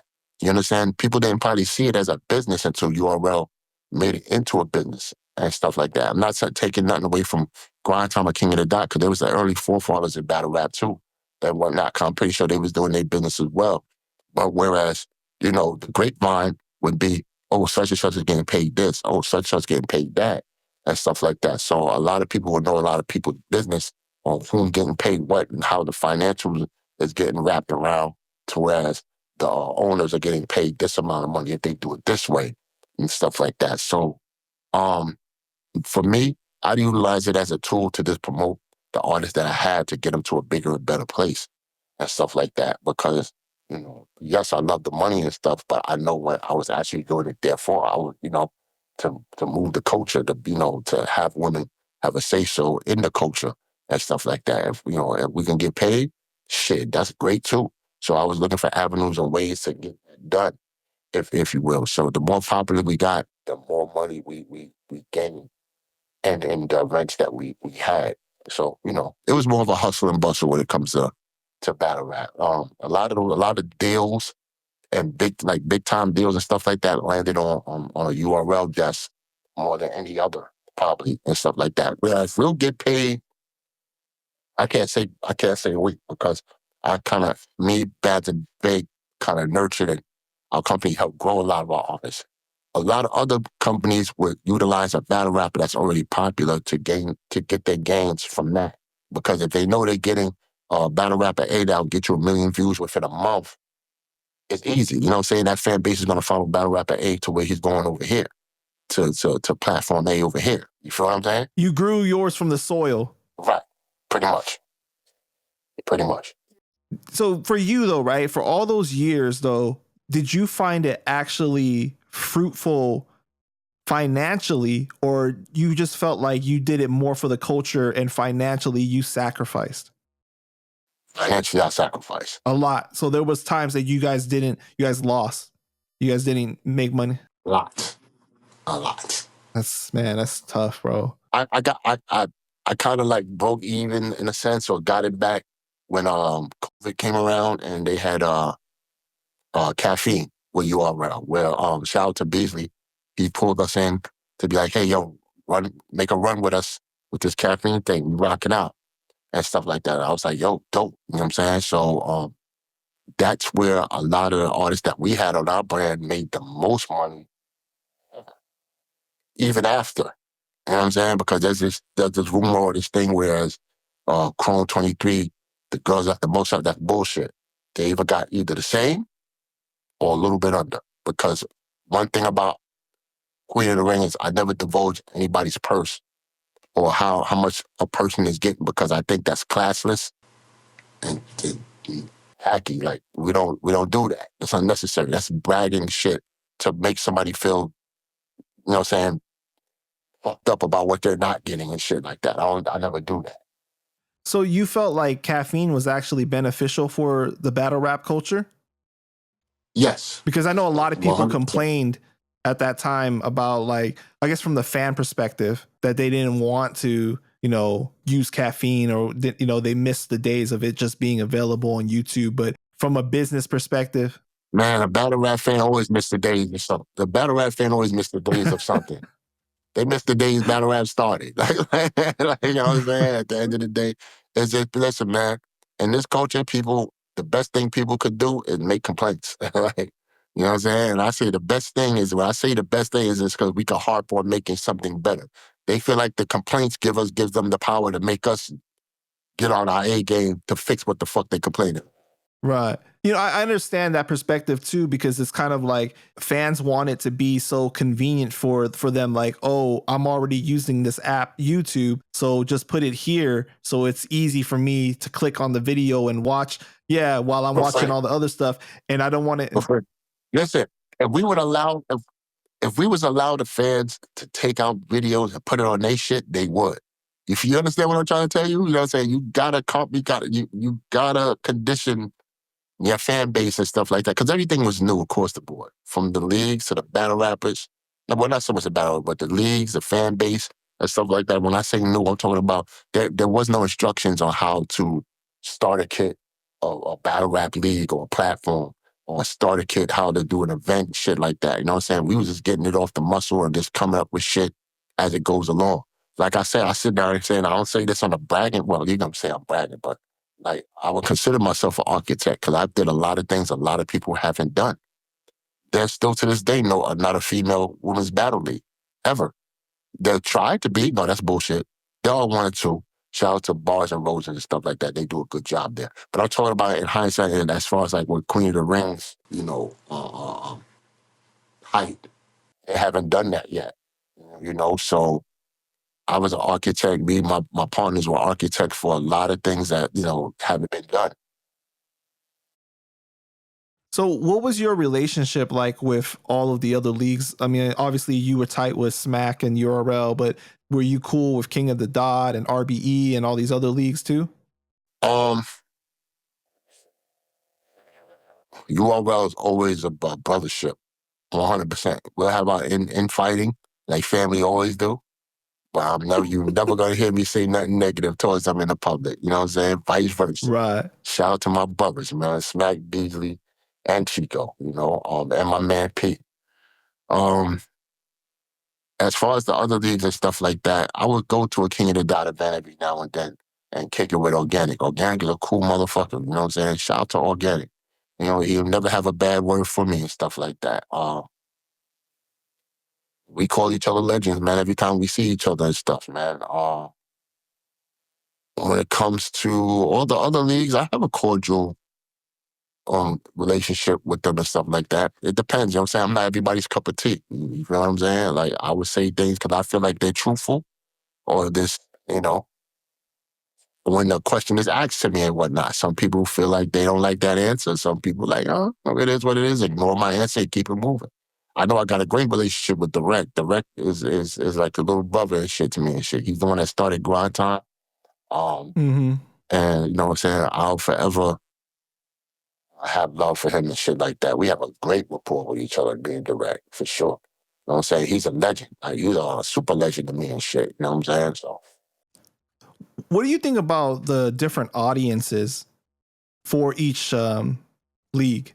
Because like, where you had some people come from King of the Dot good to question. URL like a disaster or something, and it wouldn't translate well. Like the audience wouldn't respond the same way. You know, they almost like viewed him in a way that they didn't take him serious. Well, Where that's like if Disaster is performing on King of the Dot, there's a lot of crowd reaction. well, that's the word, translate. You know what I'm saying? A lot of artists could translate on different platforms.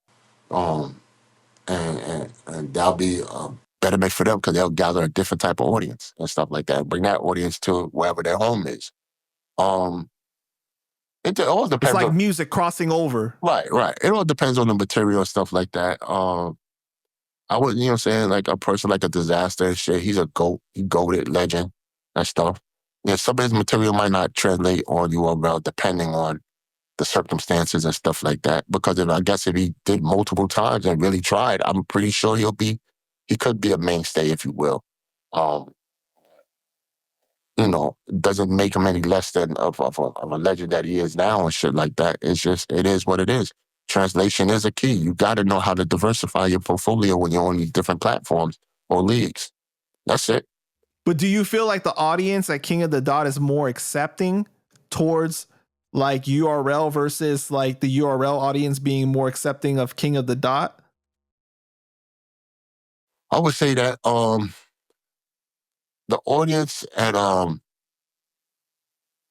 say King of the Dot, from the ones I've witnessed, are more open to bars and stuff like that. A little more, um, how would you say, appreciative of cats that come in there and put in their hard work and, you know, drop those bars and stuff like that. Whereas, say, URL artists or It's like the Apollo. oh, not artists, oh yeah, URL, you know what I'm saying, fans would be like, man, you better say some hot shit or we're gonna boo your ass out this building.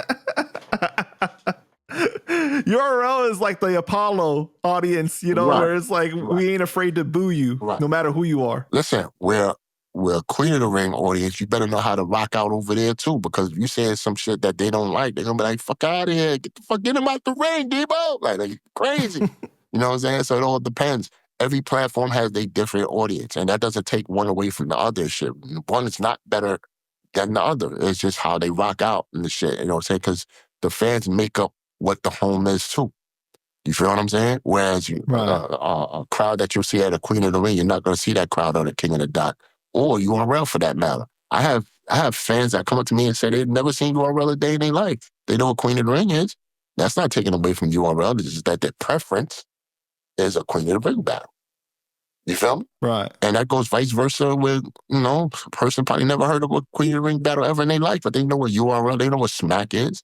You know what I'm saying? People probably separate Smack and URL. They'll say, well, Smack, oh no, I'm talking about Smack. Oh no, you're talking about URL. Well, I'm talking about Murder Mook and Lux. And I thought, you know what I'm saying? So a lot of people, it depends on the era that you're in that makes up the conversation that you're speaking of.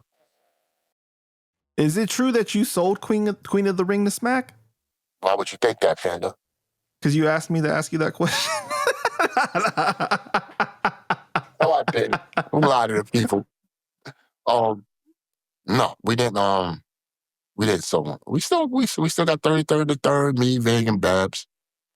People would think that once we made the merger with URL because they're the bigger brand. We made that merger a little bit before uh, COVID and caffeine. Oh, so you guys did do a merger though. Right. When I say merger, I'm talking about a merger as far as like getting together and doing events together, not selling my brand to them. You feel what I'm saying? More like a 50-50 type of thing. You know what I'm saying? Like, you do Queen of the Ring battles, we'll fund X amount of dollars, or we'll put it over here, or we'll do this, that, and the third, and shit like that. While in turn, you know what I'm saying? Any artist that you got, bring them over here so we could give them this, that, you know what I'm saying? So that's what we've done.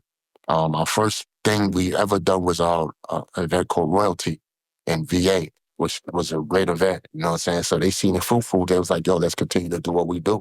And that's where the caffeine deal and stuff like that came about. And we continue to do events and shit like that. So, that's where the growth for a couple of the ladies that were in play at Queen of the Ring got even more popular then. After, you know what I'm saying, during the COVID era and stuff like that. We just got bigger appearances and whatnot, because caffeine was a big marketing place where they spend X amount of dollars to make shit go. You feel me? And shout out to caffeine, man. Those days were the easy days. When I say easy days, meaning that they had a staff in play to make shit easy for us to, communicate with them and have our artists being to and from, even though we was already doing that, they was just making that happen times 10. And, you know what I'm saying? Shout out to the people that was in caffeine, the staff. They was very helpful in that regard, man. They made it fun. Were you around during like Fight Club and everything? Like, were you paying attention to battle rap during that time? Yeah, I was paying attention to battle rap. I wasn't around, say, But Fight you were Club. attending those battles? That's what I was going to say. I wasn't around Fight Club and stuff like that, 'cause I was doing the music shit at that time. But I was paying attention to Fight Club. I knew where it was at. I knew what it was about. You know what I'm saying? Yada, yada, yada, and all that shit. You know what I'm saying? It was definitely a good platform, because it wasn't a league. There wasn't like claiming battle rappers like, yo, how was my battle rapper? Math Hoffa or Arsenal was my battle. Like, nah, it was just like a good platform, and they, transcend to MTV and got popular from there. And it was betting money too. Yep. People was making money. I guess they were. I heard some things. I heard it wasn't that crazy, but I'm not gonna take away. Shout out to International P, man, because he definitely put his foot in the ground. Hold it down. Yeah, hold it down.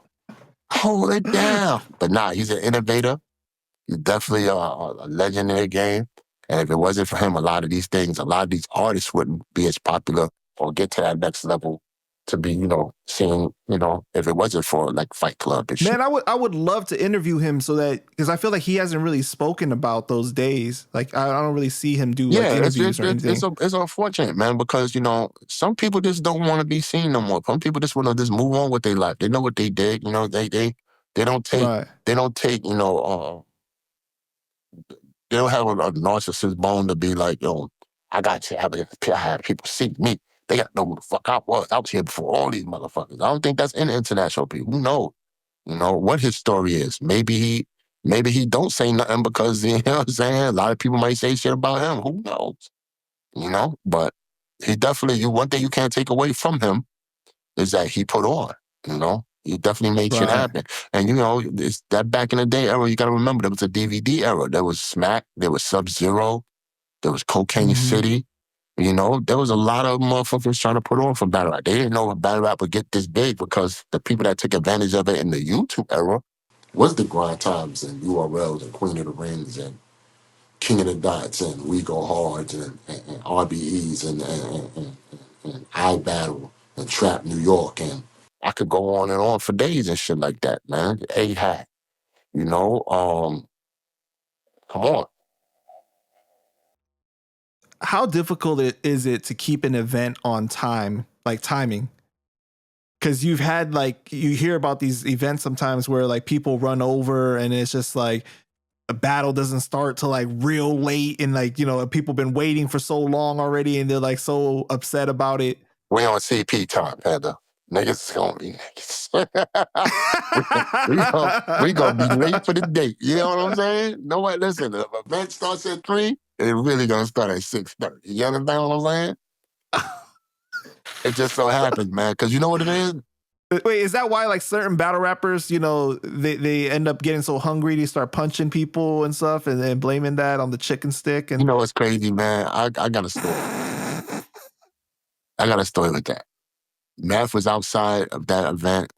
You talk about the Sirius Jones Math incident. Math was outside at that event. You know, you smart, man. You real smart. You quick with it too. Yeah, You knew exactly what I was talking about. Math was at that event getting harassed by the security. How would I know? Because I was right next to the motherfucker getting harassed by security. You know what I'm saying? Going back and forth. Oh, I thought you was going to say you was the security, because I know you worked at, you know, some of the events. Yeah, I was the security that day. But I was right next to him trying to get him in. He was like, yo, these motherfuckers keep fucking with me. And they was giving him a hard time to get in and shit like that. You know what I'm saying? As far as him being hungry and some shit, Mattress came out with some crazy shit. But I know from A to Z, they kept fucking with him and shit. And they, you know what I'm saying, on purpose, where they like, yo, we know who you are. So, you know, I guess the security dudes was trying to be tough towards Math and shit like that. And we just was laughing about that shit. And it was crazy. And unfortunately, that incident happened, and that's the truth that he gave. What did you think when you saw that, when he ended up punching Sirius? What was your reaction? I was like, damn, why you do that? you weren't upset? Why am I be upset? It wasn't me. I didn't get punched. I know, like, but I mean, like, you know, people feel like that's disrespectful to the game, you know, like that. Yo, listen, man, it was very unfortunate, and I'm gonna keep it 100. Math didn't have to do that. He know he ain't had to do that shit. You know what I'm saying? He was just aggravated the whole day. That still don't give him an excuse as to why he did what he did. He just fucking did it. And it was unfortunate that I happened to be Sirius on the other end and shit. Because Sirius ain't no sucker. He ain't no punk. You know what I'm saying? So at the end of the day, it just led to a lot of unfortunate incidents after that and shit like that between both of them. And, you know, as a business owner, I was mad as hell. Yeah, I had my business hat on. Like, yo, this fucked up. Nah, I ain't gonna lie. If it wasn't my event, I probably didn't give a shit. But if it was my event that night, I'd be like, yo, that's some fucked up shit, nigga. You owe me some bread. Yeah, but I don't think you should be complaining about messing up events either. Where you going to? We're going to talk about that in a little bit, okay? But I'm just saying, you understand, sometimes shit just happens. Yeah. Sometimes stuff just pop off. Yeah. Sometimes you drive an hour and a half.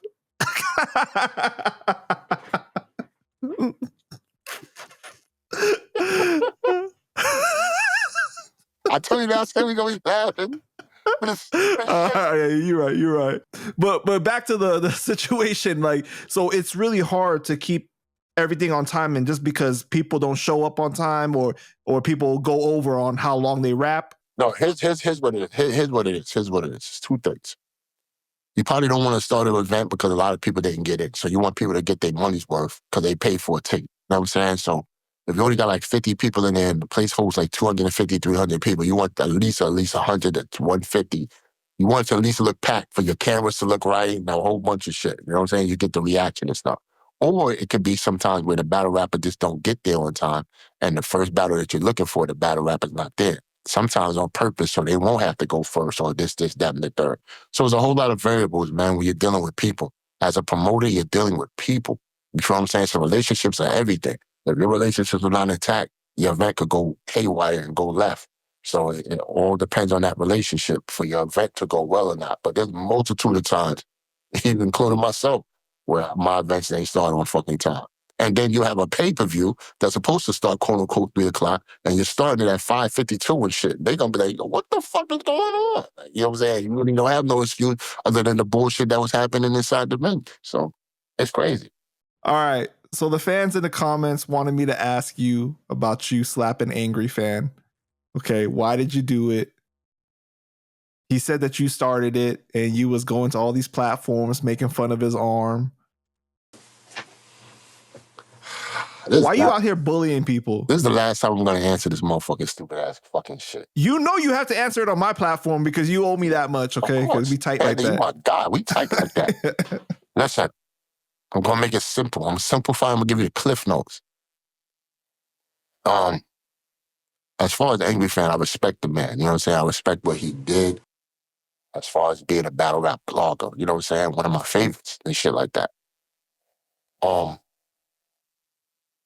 It's gotten out of hand on his part where I went live with somebody and then he came on and he just got out of his body and said something to me, you know what I'm saying, in an SMD form, which I was very, surprised about that he would take it that far and say that towards me. And I was like, as to why he did that. So when I got off the program, I called him on the phone. He was like, yo, you talking about my hand and shit? I don't think it was his arm, it's his hand. I was like, yo, you was really like mad about that? Yeah. I said, well, I apologize. All right, you know what I'm saying? It won't happen again and shit. But I was thinking, I sat back and I said, my Scorpio sense said, I seen this a couple of things where I seen a couple of people that said, quote unquote, whether disparaging. And what I was saying was in a joking format, not being, belittling or stuff like that. Disparaging shit about him in art form, like long form. They were saying videos and shit like that. I'm like, yo, this man never got at these people and shit. Why is he picking and choosing? Why is it me? So, you know what I'm saying? I was like, okay, I feel a way about that. You know what I'm saying? So I went back to the part where I was just saying, nah, I'm not just going to allow anybody to say some crazy shit like that to me or know what you call it. And they don't see no repercussions off of that. I said, I'll wait my time. And I waited my time. And then, unfortunately for him, he showed his face in a spot where I guess he thought he was cool. And, things happen. And Whoa, wait. You try to fast forward. I'm not going to let you off that easy, okay? I'm not letting you off that easy. So do you feel like it was partly your ego because he disrespected you publicly to say something on that level of SMD, which is very serious, right? Especially for, the older generation. And I'm old. Social Security, yes. I'm old. But because it seemed like you was okay with letting it go, and then you thought about it more, and you was like, "Nah, this is too much." Yeah. Pretty much that's the story. Like I was okay, but then again, I wasn't. Why didn't you call him back and be like, "Nah, you owe me an apology publicly or something"? I'm not doing it. We ain't got to do all that. Because I know I wasn't going to get that. So at the end of the day, you know what I'm saying, I was willing to take it to where I wanted to take it to. You know what I'm saying? And unfortunately for him, that, and then. So you found out he was at the event. Yo, my man, you the cops? The way you talking to me and shit, like you breaking it down like you Vlad TV. Slow it down. You know you done fucked up, right? So you bought the bottle of liquor.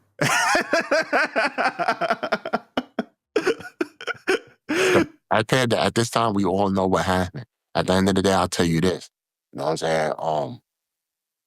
There wasn't no running from my part, no hiding, no ducking. No, we don't know what happened, though, because we don't know how you felt in the car on the way there. Was you like the whole time gripping the steering wheel? I'm going to catch this motherfucker. I'm going to get him. You want me to go all Cuban Link on you tonight? Start choking him. That's how you felt? Like you was on that kind of level or what? Nah, man. Listen, I'm very headstrong. Pause.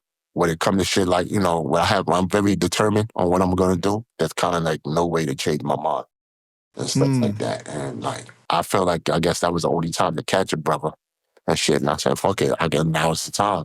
So, the drive was a lengthy, but it was worth it. At the end of the day, it came out the way it came out. It couldn't have been more funnier than what I seen. Listen, I didn't plan none of that shit afterwards of what the fuck happened because shout out to 15 Minutes of Fame. The way they caught him afterwards and stuff had me hollering. If you thought it was right, we don't get into that, but you had everybody take down the video because it's really hard to find the video of you actually hitting him. Yo, Panda, man. Well, what you do? You pay everybody or what? Panda, slow it down. What you mean? What are you talking about? I tried looking for that video. It was hard to find. All these Ricos going around, you trying to get me? What the fuck is up with you, Panda, man? Oh, come on, man. Come on. All right. Well, so I know I was on Vlad TV. You're like, you sure I'm is this Panda Chat News? Well, what did you say? What do you say to the people that say what you did was a bitch move because you snuck him.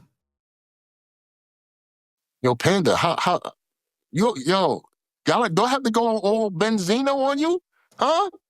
That would be good for the ratings. It would be good for the ratings. I don't know about this bitch move word you talking about. Who said that shit? Give me the exact person. The fans in the comments, a lot of them were saying that. You're being the journalist. You know what I'm saying? Because there's a lot of people that say, I'd have did the same fucking thing. You feel what I'm saying? Stop being the journalist. You're trying to get the journalist answers out of me. You're trying to get me to go psycho. Like Michael? Listen, man, till you're in another man's shoes, then you don't know what the fuck going on. How about that? You know what I'm saying? Don't let the internet trick you out your bag or out your freedom.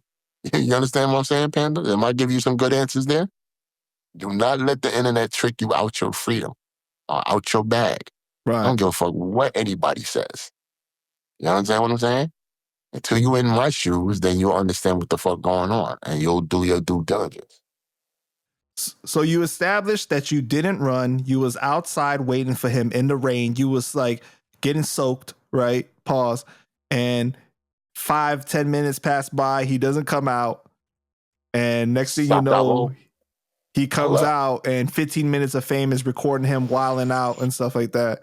And yo, I'm not gonna lie, but Good's video had me dying. Hilarious. No, Goods, his reaction though, you saw Goods, right? Talk about it. He was all like, yo, he looked like Usher in the rain and stuff like that. And like, it that was crazy, man. Shout out to my brother Goods, man. That was crazy. Yo, nah, man. On a different note, man, it was very unfortunate for both parties because at the end of the day, I don't have no never mind phone. Like, I have no evil thoughts. Like, I want to do something harmful to this man other than what he said. You know what I'm saying?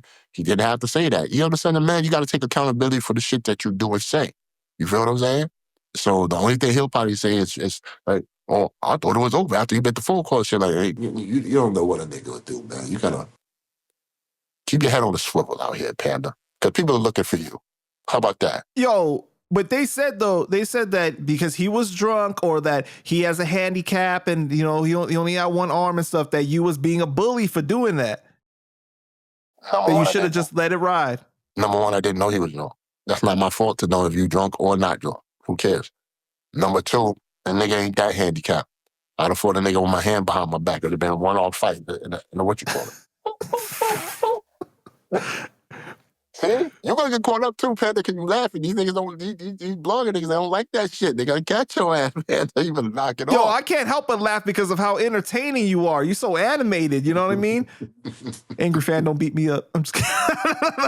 Just like, no, but for real though, like, how do you feel about how he has responded since then? The stuff that he has said about telling his side in videos. How would I feel? I never seen not one of them.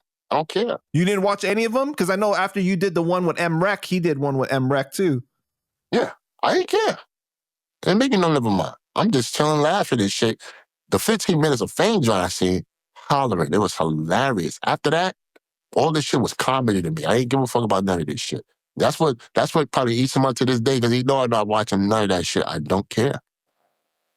So you guys haven't had one single conversation to try to squash it or anything? You guys don't know anybody or the same people that could squash it for you guys?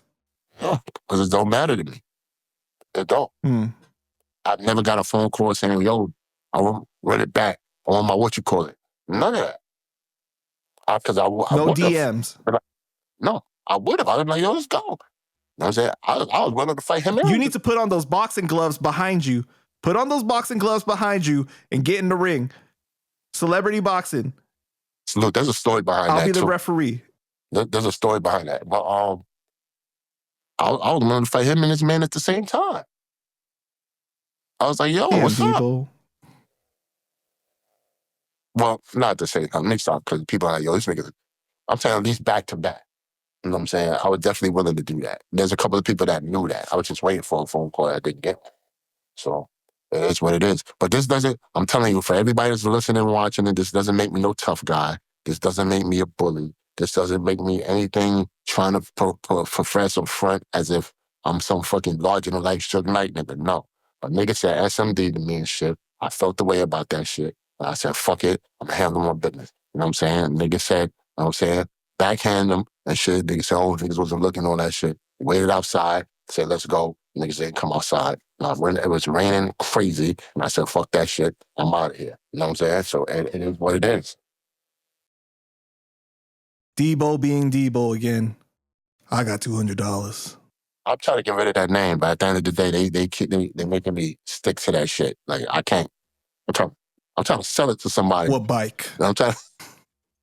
Yo, Panda, I'm trying to sell that name to somebody. You're trying to sell it to somebody? I'm trying to sell. Maybe you can sell it to Cuban. Debo Link. Yo, you know what's crazy? Debo Link. You know what's crazy with Cuban about his stupid ass? Is that he called me Debo. I tell you, stop calling me that shit, my nigga. You don't know me as fucking Debo. You know me as Devel. Oh, no, because you know everybody. Just, you know, with Debo, like, yo, why the fuck you calling me that? He was on a live with Toon a couple of days ago. He's like, right, yeah, I saw that. It's Debo. Toon was like, who? No, you know, Devel from the yo, stop calling me that. You don't know me by that either. Dumbass, what's wrong with you? Well, how'd you come up with that name then? It's a long story, man. Yeah, I think I kind of heard it. It was kind of boring anyway, so I don't really want to know. Yeah, you don't want to know. It's a long story. It has to do with the street element that I'm not willing to profess out here with these Ricos going back and forth and crazy. Like, you're not going to see me. Let me ask you that then, right? Because Benzino recently did this video where he was talking about the internet and the streets was never supposed to cross paths like this. It was never supposed to do this.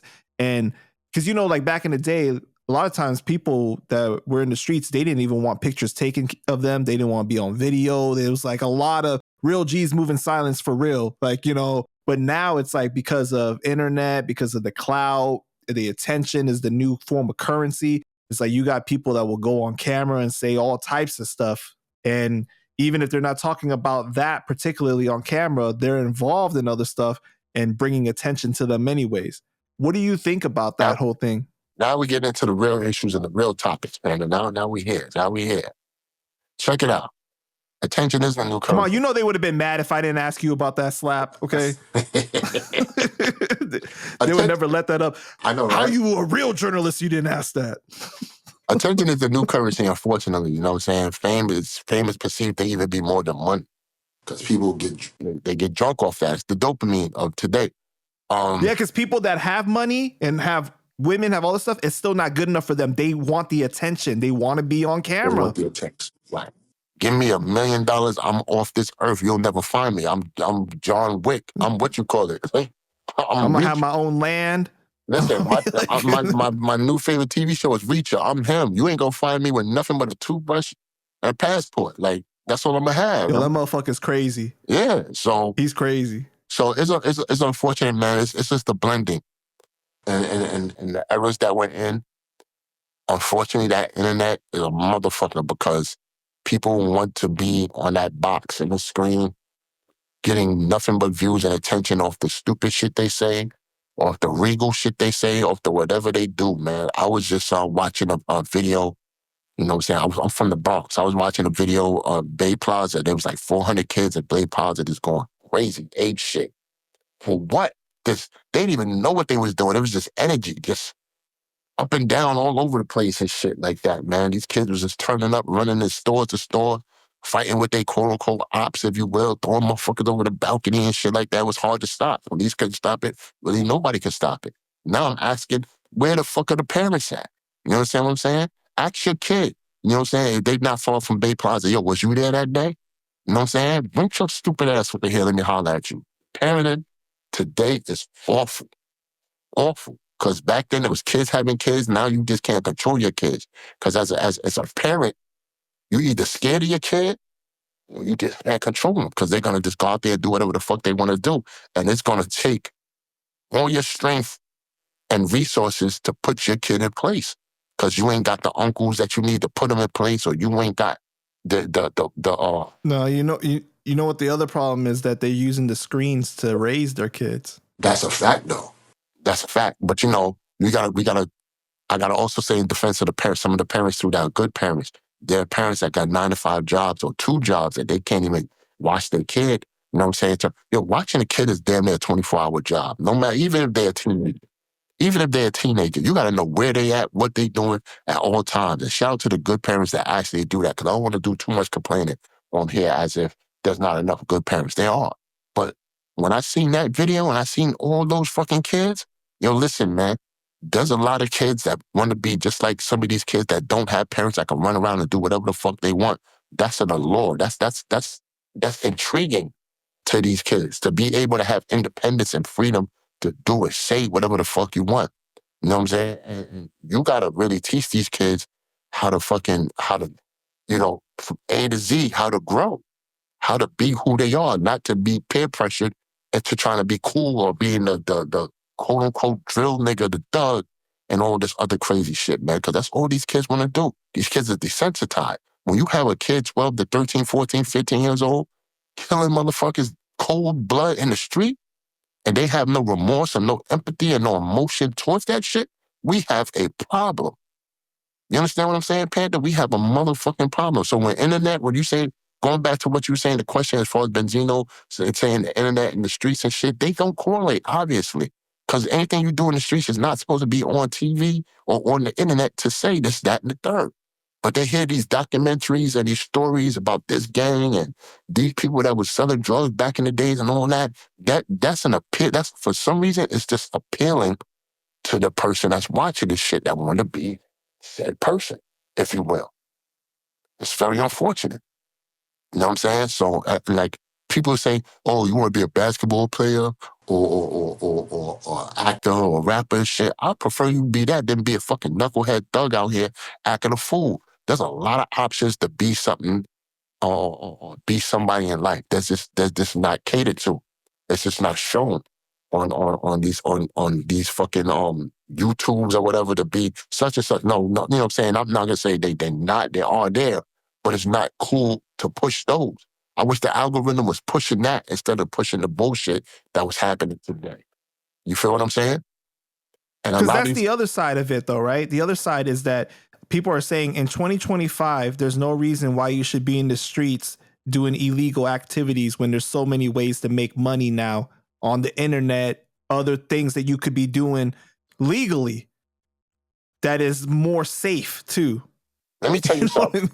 Let me tell you something. My top two people, there's a lot of them, but I'm gonna tell you my top two people that I've seen take a camera and turn themselves into millionaires. It's Kai Cenat and I Show Speed. I love those two. They took a camera, put in their bedroom, and started talking their shit and doing what they doing. They far away from them streets. They don't got a gun in their hand. They not running with gangs or none of that. You know what I'm saying? Now, I know it's like a lotto ticket. It's, you know what I'm saying? Not everybody's going to win with that, approach. But they tried something. They came from the same environment. We all came from a poor environment, urban communities and shit like that. Because Kai Cenat is from the Bronx. I know how them Bronx streets are. I know the area he lived in, at Eden Wall and all that. Very hard to come from that. You know what I'm saying? But he did determination, hard work, and did what he can to raise himself out of that poverty to get him and his family out of there. You know what I'm saying? We all could do it. We all could try. You know what I'm saying? One thing I would say this. Even a bum has a dollar in their pocket, right? Money. There's money for everybody. So if there's money for everybody, there's a plan for everybody to get it, to win. You just gotta try. You feel what I'm saying? And you gotta have that mentor or whomever you with, male, female, to push you to try to make your life better. You feel what I'm saying? I have kids, bro. I have two kids. I have a son, I have a daughter. You know what I'm saying? My son is not in the gang and my daughter's not on the pole. You know what I'm saying? And as gratifying for me as that is, I still push them to want to do more. My wife want to push them to want to do more. You feel what I'm saying? And they doing that. You know what I'm saying? Well, I'm the most proudest of my kids and shit like that because one is in college and one got a high maintenance job at Tiffany. Like, come on, bro. You know what I'm saying? Like, that makes me feel good as a parent, but I feel like I could still do more. You know what I'm saying? So, yo, man, watch your kids. I was one of those dudes. I was damn near my daughter's bodyguard for however, you know what I'm saying, for all them 21 years. Pick up from school, drop off from school, go to a basketball game, go do this, go do that. My brothers do that now. Shout out to my brothers, Manchild and Glamour. They do that shit also. Shout out to my sister, Danielle, Denisha, even though Denisha, I love you, you ain't got no kids, but I know you would do it if you have. You know what I'm saying? It's like, we all do it. You know what I'm saying? And we're all married. You know what I'm saying? For years and shit. So at the end of the day, man, like, we trying to just make up for the mistakes and the stuff that we watched prior from our parents and stuff like that to be better parents today. And I say we didn't have great parents. Trust me, I love my mother. She did everything she can to make shit happen for us. You know what I'm saying? Which makes her a great parent. And that's what we doing, man. But for you kids out there, man, you should say to yourself, man, ask your parent, are you proud of me, mom? Your dad, you proud of me? Have a real conversation with your parent and what they see for you doing in life. Because that shit you doing out in the streets will catch up to you. You know what I'm saying? That harmony that you call in the streets is going to reflect your parents on who they are when that news gets back to your moms and your fathers. And they got to be sitting in that courtroom and they got to gather up the money to get you a fucking a real lawyer, not a legal aid and shit like that. Now your mother or your father busting out tens of thousands to get you fucking out of this harmony situation that you got caught up in, or a robbery charge that you got caught up in. It ain't worth it, bro. I tell my kids and everything, like, yo, listen, man, hard work, man. Work hard in your 20s, you know what I'm saying? And then you're going to be all right in your 40s. In your 30s, you're just going to be maintaining whatever you worked hard for to make sure when you get to your 40s and 50s, you ain't got to ask for nothing. You ain't got to be, you know what I'm saying, under nobody's thumb.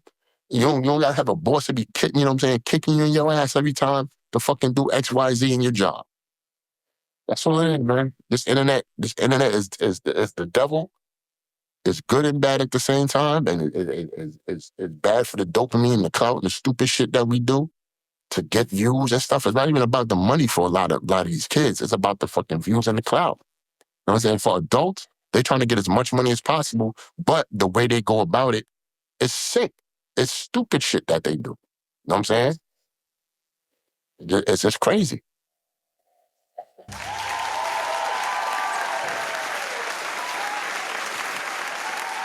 And that's why me and my partner Panda is going to come with a morality show called Lee and Carter coming soon. Wait, no, what the hell? All right. What was the situation with you and Remy Ma? You said something before, like she wanted to come in and take over female battle rap. I saw interviews before where you shouted her out when she was still locked up and you were showing love to her. 100%. I don't think I said it in those words, but I would say like this. At one point in time, there was a camaraderie. There was, like, you know what I'm saying, coming in respectfully, showing love, salute, and all that. You know what I'm saying? Now, most people will say, oh, she got to the women's battle rap shit, that you started hating on this, that, and the third. That's not actually so.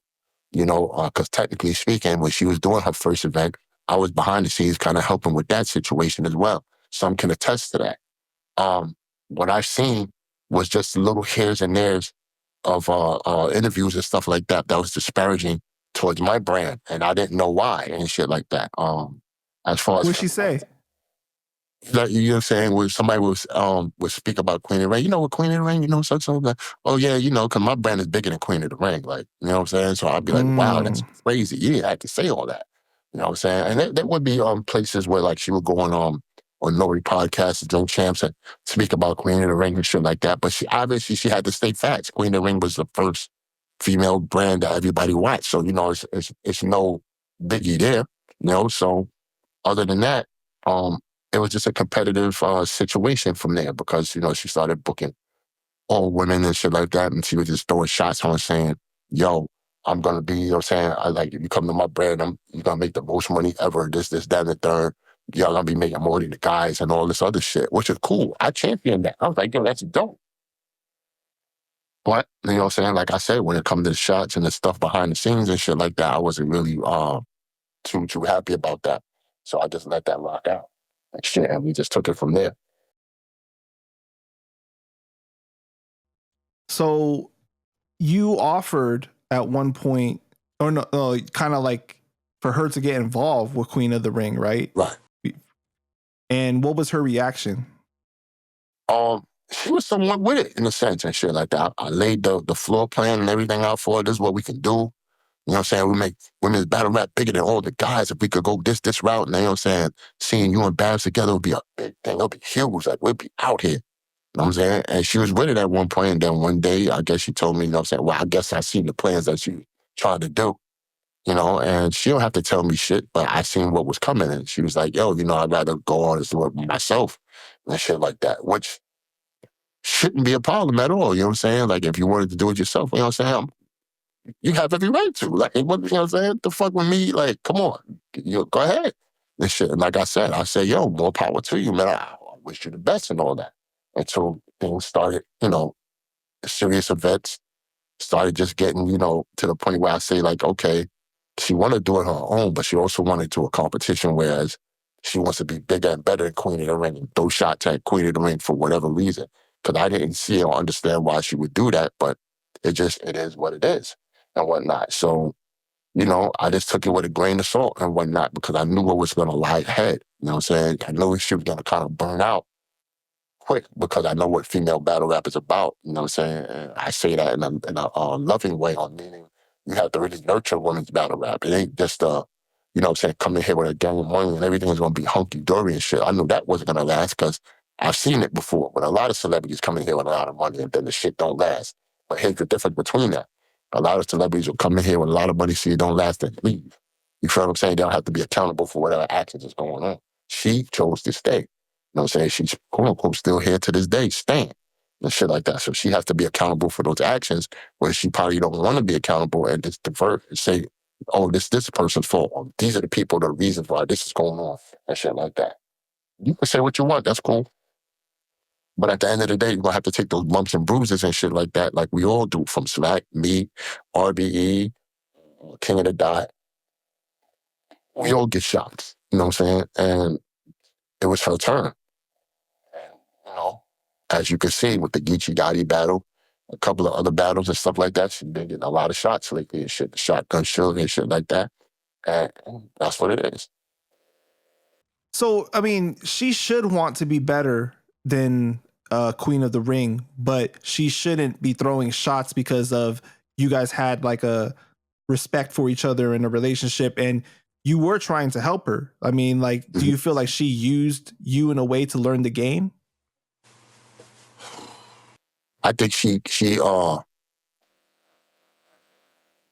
for a lot of advice, not just me, but from a couple of other people to learn how the game is and all that. You know what I'm saying? I'm pretty sure we was glad to teach her, whoever she had that, you know, the ear to and whatnot. And like I said, I don't have a problem with her wanting to be better than Queen of the Ring because I would want to be better than anybody that I get into a business that has, you know what I'm saying, different companies and stuff like that. We have the same vote as far as what we pushing. But like I said, it's pretty much the what you say and how you go about things that doesn't make it conducive to the relationship that we supposed to quote unquote have. You feel what I'm saying? Because when she came in, and when I had a verbal connect with her and stuff, it's more like I've treated her like, call her twin, call her, you know, saying like sis and shit like that, all for the relationship of what Pun. I told her out of my own mouth, Pun was my brother. That he rest in peace. Like, I really love that man. Like, we fucked with each other heavy due to the fact that, you know what I'm saying, that you coming in, I'm going to show you love off of that because that was my twin. Like, we called each other that. You know what I'm saying? We called Cuban that. We called, you know what I'm saying, we was there and whatnot. So, automatically had to show that respect because if something happened to me, God forbid, I don't want the person that fuck with me to do, you know, whoever I was associated with, to give them that same love and shit like that. So, just basically speaking, I don't feel that love was reciprocated in equal form of you know what I'm saying, of what I was giving towards her brand. You feel what I'm saying? She owed you more than to turn around and Well, take nobody shots owes at Queen of the anybody Ring. anything, Panda, to be honest with you. But you don't think so? Like you trying to help her? no, what I'm saying is two different things. What I'm saying is this: in life, nobody owes anybody anything. If you show love and give your hand to, you know what I'm saying, on somebody, it's because that's what you wanted to do. You know what I'm saying? Right. So you can't really look for anything in return. I know that lesson. I've been through that. You know what I'm saying? It was just me putting myself up there. Whether I get it, I get it. If I don't, I don't. but I don't is what was happening. You feel what I'm saying? So I said, okay, I kept it a distance and let things play out the way they played out. You know what I'm saying? And it wasn't too much advantageous, advantageous towards her and shit like that, unfortunately, for her brand and shit like that. But she come to find out that women's battle rap is not just I want to just pay you X amount of dollars and it's going to be all good because Queen of the Ring is not giving you barely what I'm giving you as much as I'm giving you and shit like that. You feel what I'm saying? It don't work that way in battle rap. Money's not the end all be all. You know what I'm saying? Relationships and nurturing of a brand is what really keeps your thing afloat. Now, here's my thing. A lot of people will be, let's just say this. I'm going to just throw this out there. Some people would say, like, oh, she shut down Queen of the Ring, she took over, you know what I'm saying? She got bigger than Queen. That's not necessarily so. Every brand has their run. Everything in life has their run. There's kings and queens that have their run in life. You know what I'm saying? Nothing lasts forever, especially in entertainment. You know what I'm saying? Now, if you want to keep it 100, from 2010, we did Queen of the Ring. We had like 14, 15-year run. My math is off. But we had a big run, like let's just say in seasons. You know what I'm saying? We had 15 seasons. That's like 15 years. You know what I'm saying? What more do you want us to do with shit? You know what I'm saying? The only way you're going to say we don't fall off is we got to have a multitude of motherfucking events from back to back to back to back. No. Some things just play out the way they play out and shit like that. We're legendary already for what we have done. Just bringing women into the fold of battle rap, which was a male-dominated sport. We did it in the grandiosest way and shit. So, other than that, you know what I'm saying? She was just using the same players that we've nurtured and built from day one. You know what I'm saying? That's how you got popular, to be, if you want to keep it so 100 and fair and shit like that. You're paying X amount of dollars for the people that we got millions of views with on our brand and shit like that. That's what helped your brand. And then you turned around and said, this is not working for your structure of your brand because women don't make as much money for you and shit like that. And then you turn to these dudes. And then turning into these dudes, just opening Pandora's box. Since you brought up the whole Geechee Gotti thing, what do you think about the whole Remy Papoose, Easy the Block Captain fiasco? That shit funny as hell. I ain't gonna sit here and lie to you. I thought you was gonna say some political correct answer. I'm not gonna lie. No, but everything is on Flint Street, Panda. It happened. What happened? The only missing piece that everybody quote unquote would want to know is what did Pap do? You know what I'm saying? Right. That's the missing piece of the puzzle. That's like a puzzle right here. There's a small missing piece. Everybody's like, so all this happened. Why this happened? What did Pap do? You know what I'm saying? Because that's what they're falling on. Like, okay, you did this against your quote unquote husband and shit like that. Why did you do that? Did he do something? You feel what I'm saying? That's why people have mixed feelings on wanting to know if they're gonna go against what she did, like, oh, you foul. You know what I'm saying? Or just minding their business and shit like that. You feel what I'm saying? Because there's people that's still out there for her. You know what I'm saying? There's people that's like, oh, yo, she's foul for what she did and all that other shit. It is what it is. Such is life. You know what I'm saying? And to be quite honest with you, this shit none about fucking business.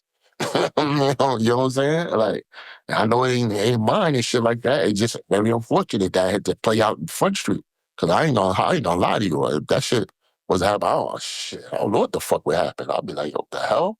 Like, battle rap is telling you about your life right in front of your own stage on your own. That's crazy. I've never thought in my life. Listen, I've seen a lot of battle rap. Never in my time would I ever thought I've seen something like that. That's crazy. To the power. I agree with you because we don't know everything that happened behind the scenes, right? But I'm not her saying, decisions. listen, I'm going to cut you off. I do apologize. I'm not saying that Pat did anything. I'm just saying that was some missing puzzle. But Pat probably didn't do shit. You know what I'm saying? It's probably her fault that what the fuck she did. This made this into a clusterfuck. It's just that I'm just giving you an example of what was going on that looks like that was the missing piece of the puzzle. But shout out to Pat, man. He's a righteous, upstanding dude in my book. Facts. Yeah, I'm saying though, like we don't know what happened, everything that happened behind the scenes and whatnot.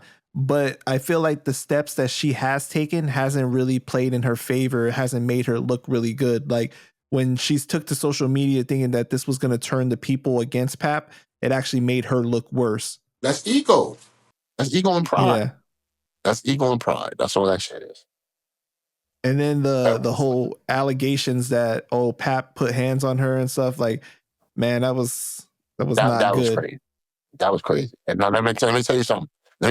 I'm not saying it happened or it didn't happen. I'm just going towards that. If it didn't happen, that's crazy to put on the dude, B. Like that's some fucked up shit to put on the dude, because no man would want to be looked at as a spousal abuser and shit like that, physically or mentally and shit. Don't put nothing on your jacket. Don't put nothing on somebody's jacket that don't deserve to be put there. You know what I'm saying? Right. And especially because even if you're proven innocent, there'll be people that will be like, oh, he just got away with it or something like that. There's people that will still believe it. And that's a stain on somebody. But I'm gonna tell you this. Characteristics and how you present yourself to the world means everything. All the while, now you're seeing two individuals that separated apart. Now we have to go with individual A and individual B. How they've been acting in front of these cameras. You feel what I'm saying? Pat been looking like a stand-up mold dude that doesn't BS, it doesn't lie. That's just, you know what I'm saying, a righteous cat. And he has credit to being there for her for the past 6-7 years, riding her out her bid without quote-unquote incident of infidelity in his situation. Then you got the Well, it's been longer than that. Right. But you know what I'm saying? But you understand what I'm saying. And then you got you got the other, however she presented her shit. You know what I'm saying? It just been looking shaky and shit like that. So now we just got a choice on who you want to go with and shit like that. And I'm not saying this for my sake. I'm saying this if she was to ever see this and see it, like, you know what it is. You know how they're going to choose and what they're going to pick and the secrets that everybody know and this, that, and the third and shit that they put out in Front Street. It's crazy and whatnot. But I think that's what got her so mad, though. She was like, oh, the public is siding with Pap already, thinking that he's so perfect and that he just held her down and whatnot. And that's why she tried to sway the opinion by saying, oh, you doing this behind the scenes, you with Clarissa, you know. I think it wouldn't have played out that way due to the person that she picked if she wouldn't have did that. And also, if she was going to go that route, she should have just did it like, listen, we're just going to make it a mutual thing to be amicable and separate and let the public know, because I don't want to be looked at as a person that's doing you bad when you supposed to, quote unquote, hold me down for such and such time that I come out rocking with this dude, you know what I'm saying? I look crazy. Right. You feel what I'm saying? So there was ways to go about it, which, you know what I'm saying, she refused, I guess, or they refused to go about whatever way. Because I just can't blame her, you know what I'm saying, just because I don't rock with her as, you know what I'm saying, or whatever. You know what I'm saying? It's just a marital thing. You know what I'm saying? It's more than just boyfriend and girlfriend. There's a lot of things to unpack and dissolve before we go our separate ways to do such and such. You feel what I'm saying? Because in the quote-unquote eyes of the public, we're still married.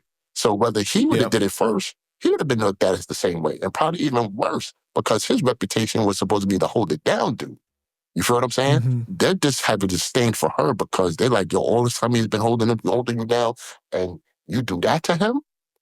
You feel what I'm saying? So if you were smart, you would have been like, you know what, let me go about this route, because in the public eye, I don't want to look crazy.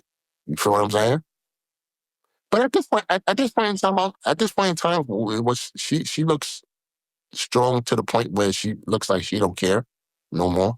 I don't know. You know what I'm saying? Because it's like he's quote unquote doing these things on stage, having little word plays and saying, if I want him, I'll take him, and or you know what I'm saying? R to the easy, quote unquote easy, like, you know what I'm saying? Like, that's a retort. And then easy saying like, oh, you love me, Remy, or whatever, right? Right. Yeah.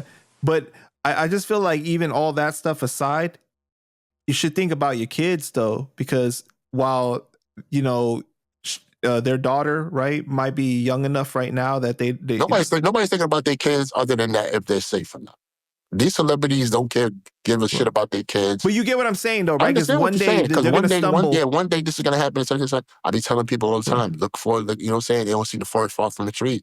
Because a lot of these OF women, they when they kids be in grade school or in high school, they find that their moms was a OF. You know what I'm saying? Right.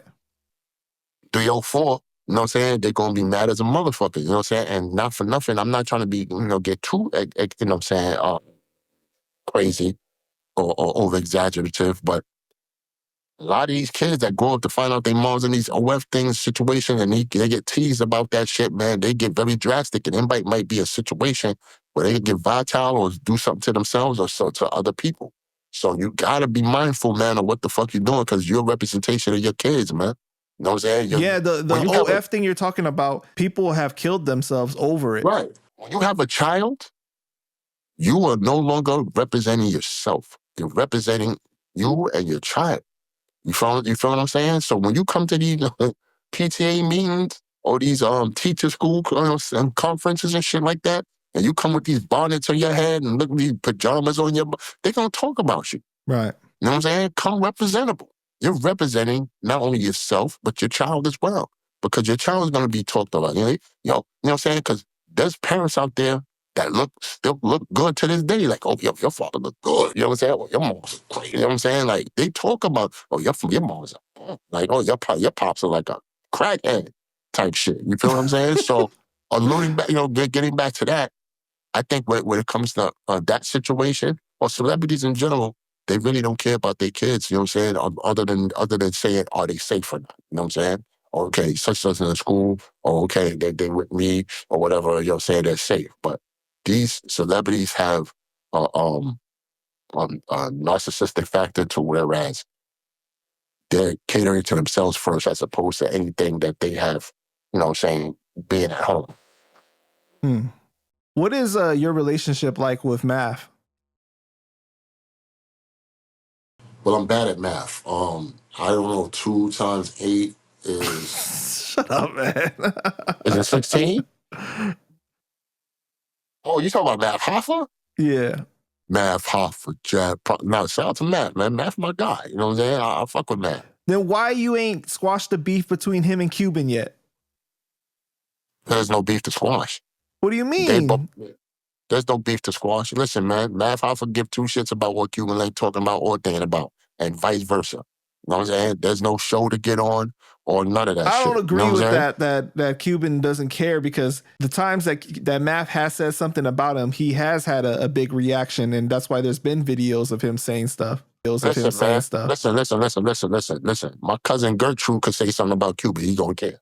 Why Gertrude said that? Who's Gertrude? I don't know what you talking about.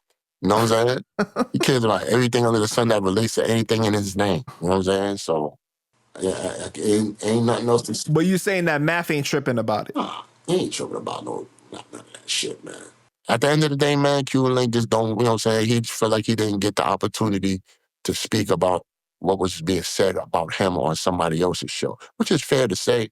You know what I'm saying? He, like, why are you talking about me? You ain't get the information or anything, or even reach out to me to say what I feel about X, Y, and Z in the third. You know what I'm saying? That's fair to say. You know what I'm saying? But is he going to get on Matt's show anytime soon to say anything? No. Why is that? Because, no, Matt's relationship with Joe is probably cement in stone, where he don't want to look like he's being a balanced situation, if you will. Right. Same thing with Norman. But I think that it's more than that, because of him bringing up the fake paperwork situation and kind of like putting that jacket on him more. And Cuban putting fake paperwork on Joe? He said that I can't have somebody on my show. That was crazy. That was crazy. I seen that shit. I was like, there's no way. There's no way. You know why I would have? See, and this goes back to what I was saying, Panda. I don't believe anybody unless I see it in black and white. You understand what I'm saying? And that paperwork was false. You know what I'm saying? Reason why I would have researched that, number one, I'm not researching any fucking paperwork. I don't care. I don't give a fuck. Showing your fucking criminal dealings. You know what I'm saying? Any of you niggas out. Right. You know what I'm saying? But if I was to go to the proper channel of the website, put in the research the number, put the number in, and get that black and white on the specific website it's supposed to be on. Anybody passing out paperwork like it's candy and shit to anybody, I'm not gonna trust that shit. You know what I'm saying? And he was impulsive in that regard. He should have did that. You know what I'm saying? But he was so hyped on having to have something on Joe that he ran with that shit. You know what I'm saying? And that's why I say you gotta be careful, bro. You gotta be careful on what you put on people's jackets, my nigga, because that could harm somebody's reputation or life, period. It could put people in mortal danger. So you're saying that you agree with what Math said then? Because Math was saying, no, I don't know what Math said. What he said. Math kind of made a mockery of it more so after the Drink Champ situation. You know, he was like on Vlad TV. He's like, I don't care if this is written in Crayola. He's all like, it's paperwork, you know? So he was like kind of making fun of Cuban in a way. He brought him up multiple times in different ways. So he said that's the reason why he don't put Cuban on the show, because of the paperwork? Yeah, because when he was on Drink Champs, he was all like, it's, you know, my street morals won't allow me to put somebody on my show that, you know, put out fake paperwork on Joe, on somebody, right? I think that's a bullshit comment due to the fact that was an outlaw saying he don't have to have him on his show now because he did some funny paperwork shit. Right, you know I agree with that because Math wasn't planning on having Cuban on the show. I would have just said that, yo, bro, you're not getting on my show. But they had correspondences before, and on though. top of that, I'm going to be honest with you, and on top of that, I wouldn't talk about Cuban on my show if I knew I wasn't going to get him to have a report on what I asked Joe about with Cuban. I'm not doing that. So why are you asking that fucking question? Because fair is fair, right? Ain't no nigga going, if I had a show, ain't no nigga gonna tell me who I can and can't have on my show. If you a nigga that's allowing niggas to tell you who you can and can't have on your show, you're bugging. You're bugging and drugging. Like, at the end of the day, you're not being a journalist. You're not being fair and balanced to the viewers. You feel what I'm saying? So that's just what it is. But also, too, I'm not gonna have no sloppy, choppy, poppy tea going the fuck on for stupidity. You feel what I'm saying? So that's why I'm not even gonna ask the question, because I know where it's gonna go and shit. So that's what it is. Well, that's the thing though, is that him and Cuban did have conversations in the DMs. Like, they showed respect to each other and like saluted each other. And he like, so Cuban kind of felt like, damn, like, how you gonna bring up all this stuff and you don't know the real story behind everything with that paperwork? Because Cuban felt like, you know, I'm not even the one that put it out. It was Star from Star Report that put it out. Mm-hmm. You know? Mm-hmm. Shout out to Star. So, like, even same thing applies to him. The Star dude was told on saying, yo, my bad. This wasn't this paperwork wasn't real. I think he might have said some things along those lines. But after the Drink Champ situation, Cuban and Math spoke again in the DMs, and he sent Math all of the videos and all the paperwork, all the stuff. And Math was like, yo, you right, I shouldn't have said that. You know, let me check out this stuff. And he just never did it, I guess. So he never got back to Cuban after that. And then he started saying other comments like on his show, like, oh, Cuban Link will say I'm a hypocrite, you know, or I'm and going on Vlad TV and making little comments like, yo, I don't care if this paperwork is written in Crayola. It's paperwork. And, you know, so he was taking it. Which you was looking to be Math Hopper's friend? I don't know, but all I'm saying though is that I done told Cuban of the W to ask me, I say, man, leave that shit alone, man. Math ain't having you on your show, bro. Yeah, he just don't want the energy on there. That's what I don't think that Cuban wanted to go on the show necessarily. It was just more of like, now you making these comments and putting this on my jacket. You know what I'm saying? So right. Yeah. And you know what you do? You know how you fix that? You defend down all that shit that Mav is saying on your own shit. You go on your own YouTube shit. Which he has. You know what I'm saying? Stop trying. So listen, this is the music industry, whatever, entertainment industry, battle rap industry, none of that shit. Man, none of these don't look. In life, don't plan on people being just how you're going to be. If you're going to feel like you need to say sorry, that other person is not going to feel like they're going to need to be say sorry. If you feel remorseful about such and such, that other person might not feel remorseful about such and such. You know what I'm saying? If you feel like you need to vindicate your name and all the other people's name, man, fuck your name, man. I don't give a fuck about what you talking about over here. You feel what I'm saying? I don't run in these circles. Expectations lead to disappointment. Yes, expectations lead to disappointment. Yes, sir. I don't run in these circles. I don't really fuck with these niggas like that. I have a small circle. I have my family that know who I am as a person and know me and puts up with my stupid shit 24 hours a fucking day. I give them grace and respect and whatnot as opposed to these motherfuckers out here that I'm not chasing these entertainers or trying to be on anybody's show or shit. And here's what's crazy. Shout out to Matt. That's my brother as well. I call these niggas my brother. It's not no fake shit. Like, I fuck with these niggas and shit like that. You know what I'm saying? I was on his show a couple of times and shit like that. You know what I'm saying? Matt a good dude. You know what I'm saying? He a player in his own right. You know what I'm saying? Getting his own money and doing what the fuck he do. Sometimes these people, now I'm not saying this Math, these people, period, just don't want to put up with somebody else's bullshit. Good, bad, or indifferent.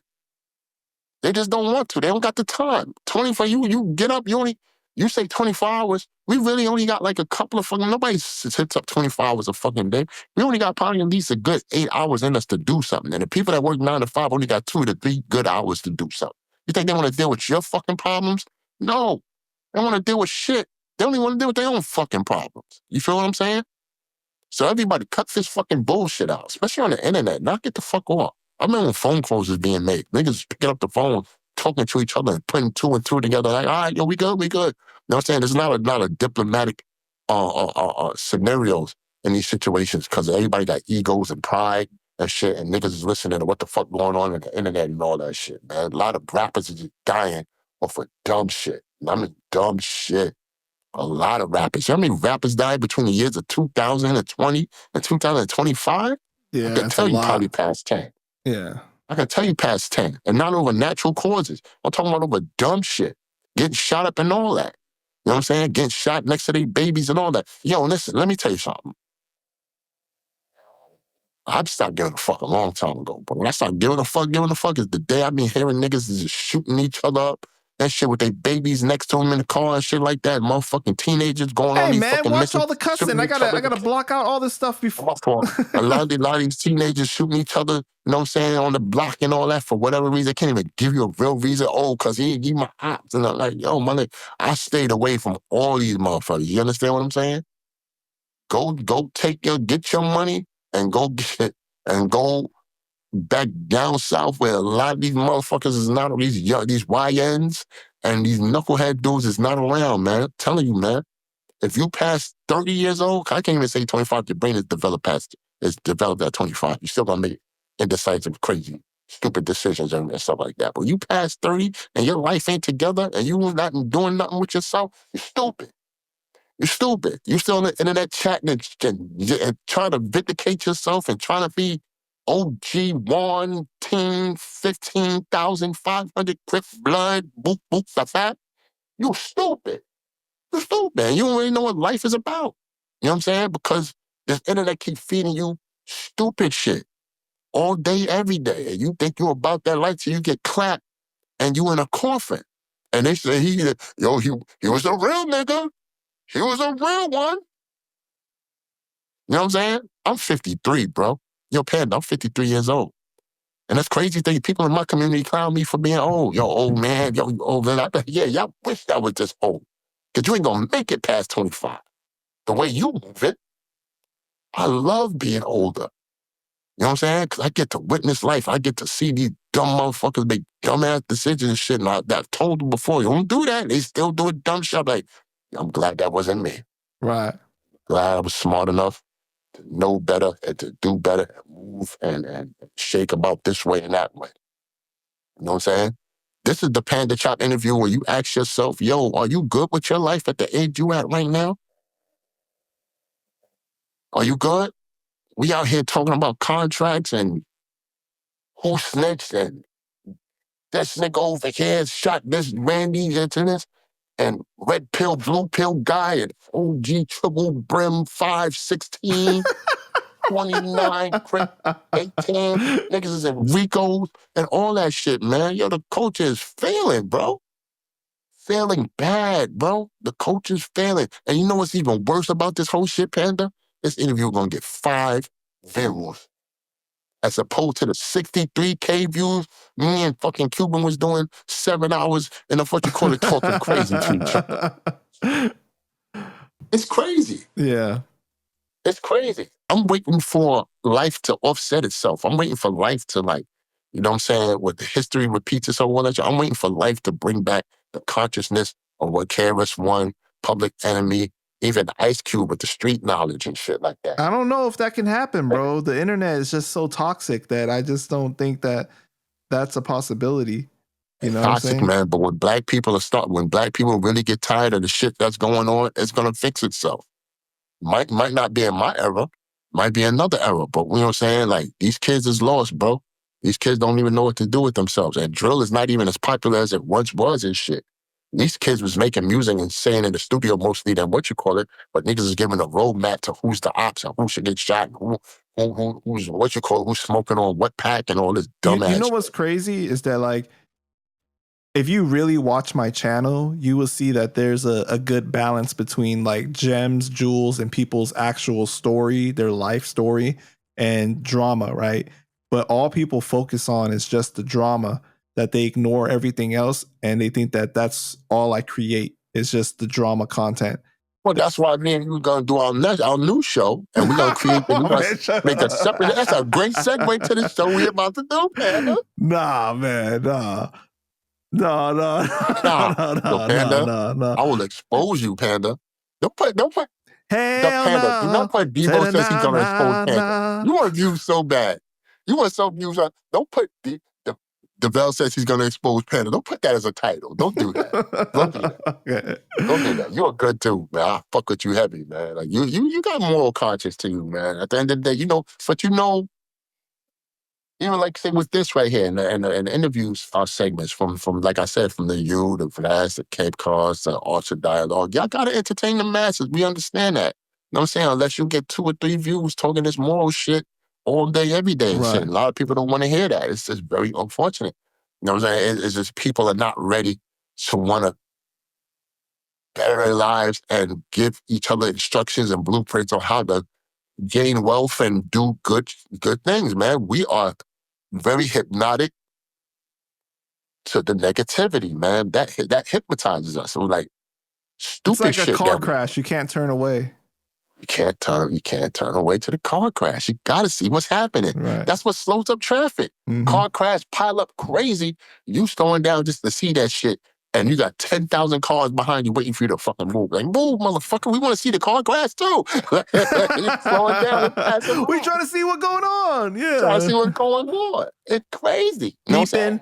Hey, fat ass, move. I'm trying to see. You know what I'm saying? Yo, listen, you know what's crazy? Look at it's a crazy metaphor, but if you're in a crowd of people and shots ring off, the people that duck are the people that's sane. There's a motherfucker that'll stand up and look where the shots is coming from. Like, these niggas is crazy psycho motherfuckers and shit, man. Nah, man. You cussing too much, man. You giving me extra work. I gotta edit this stuff out. All right, I gotta get to this next part. What do you think when they did the Total Slaughter joint? Do you think that was good for battle rap? Total Slaughter? Yeah, or you felt like that was too commercialized? It was good for the battle rappers that got paid and got got some attention off that. You know what I'm saying? Got a look. Mm-hmm. I don't think it elevated battle rap in any other form. I mean, it tried to. Just like we all do, we tried. You know what I'm saying? But money's not the thing, man. Money's not the thing. Total Slaughter brought out a lot of money too. I ain't gonna lie. We was at the Hammerstein Ballroom when Hollow battled Joe Button. Right. So I was very disappointed about that battle. Joe Button just dropped the mic and shit and what. I said, well, that's a real Joe Button thing to do, man. This shit's fucking retarded. This shit trash.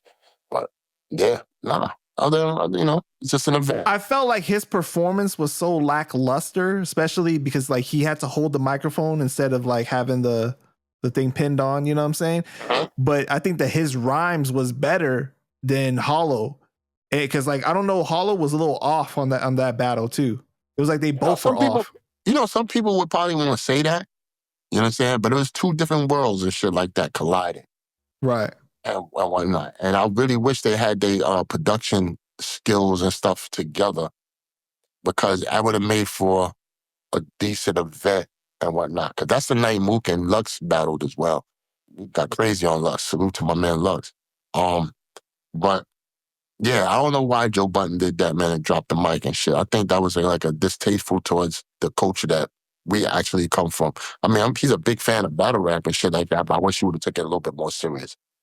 It was ego. Because it was like, oh, you guys are booing me. You guys don't want to hear me rap then? I'm going to put this mic down then. Right. That was the whole thing, you know? But I felt like they could have did so much more because like even the actual show, like the rappers were complaining that there was so much footage that they didn't even put out. They had cut down that thing so much. Man, listen. I don't know if I should say this, but I'm gonna say it anyway. Battle rap is that whorish lady that a lot of people just take advantage of and shit like that. As far as like she'll fuck with everybody and whatnot. And the battle rap community and shit, a lot of people I say that to say a lot of people with money could come to battle rap and get lit, be on the top of the want to deal with that company type of situation. Like I could just say an African prince who's known to be, flashy and all that, come from Dubai and say, yo, I'm having this battle rap event, Dubai. Everybody loves Dubai. That's the vacation quote for the young kids that want to go to. And he said, I got 1.5 million for all the dope battle rappers. All the battle rappers that's supposed to be worth their weight in gold is going to go to that fucking event. Of course they should, you know what I'm saying, and do what they do. But what if his reasons for doing that is in a nefarious thing? Like nobody's going to vet out who this guy is, why is he doing this, what the event is going to be, and shit like that. You feel what I'm saying? Like, the only thing they care about is the money. And that's not to say disrespect to the battle rappers. That just goes across the board for everybody. Because that same prince could come and be like, oh, I want to fuck with this league. I'm going to give you the money and shit like that.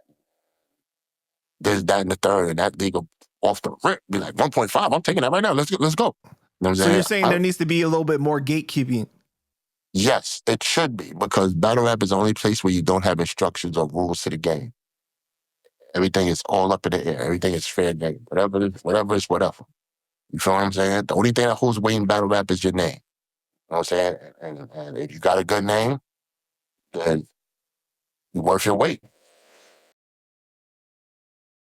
You know, one thing about that Total Slaughter thing that I was disappointed about, though, was that Eminem should have scheduled that thing when he wasn't on tour. Like, how are you going to have a whole event and you're not going to be at your own event? Like, do you know how big that would have been for the culture if Eminem was actually there at the event or was a judge or something like that? It would have been way big. I'm going to be honest with you, bro. Shout out to Royce the 5'9". I think he curated the show very well. You know what I'm saying? The event, as far as the one that Hammerside Ballroom, was like, I'm really. But the show was, I liked the show. The show was actually decent, you know what I'm saying? And to be honest with you, with the Eminem thing, the only thing Eminem had to do was lend his name. You know what I'm saying? His name holds power. So a lot of people was just with it to get, what you call it. And I say that to say he's not, say, one of the outsiders because he battled rap. You know what I'm saying? He was on Rap Olympics before and all that when he battled Juice and all these other people and stuff like that.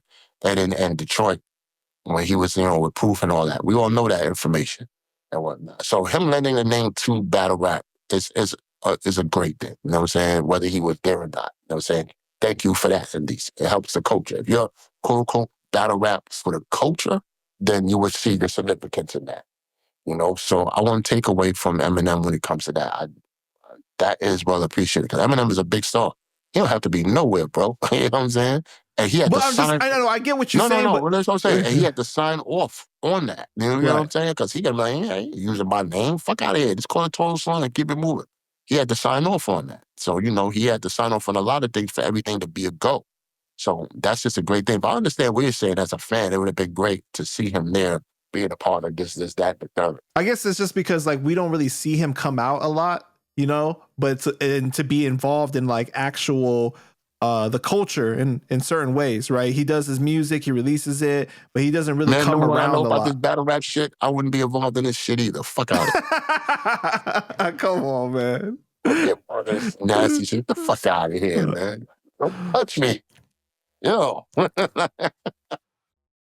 right, well, I used to be like a real big battle rap fanatic, right? Like I'm talking literally every day, come home from school, watch, battles and ride around in my car, re-listening to battles like it's a hit song. But I started to slow down like after the whole Cassidy disaster era, you know what I'm saying?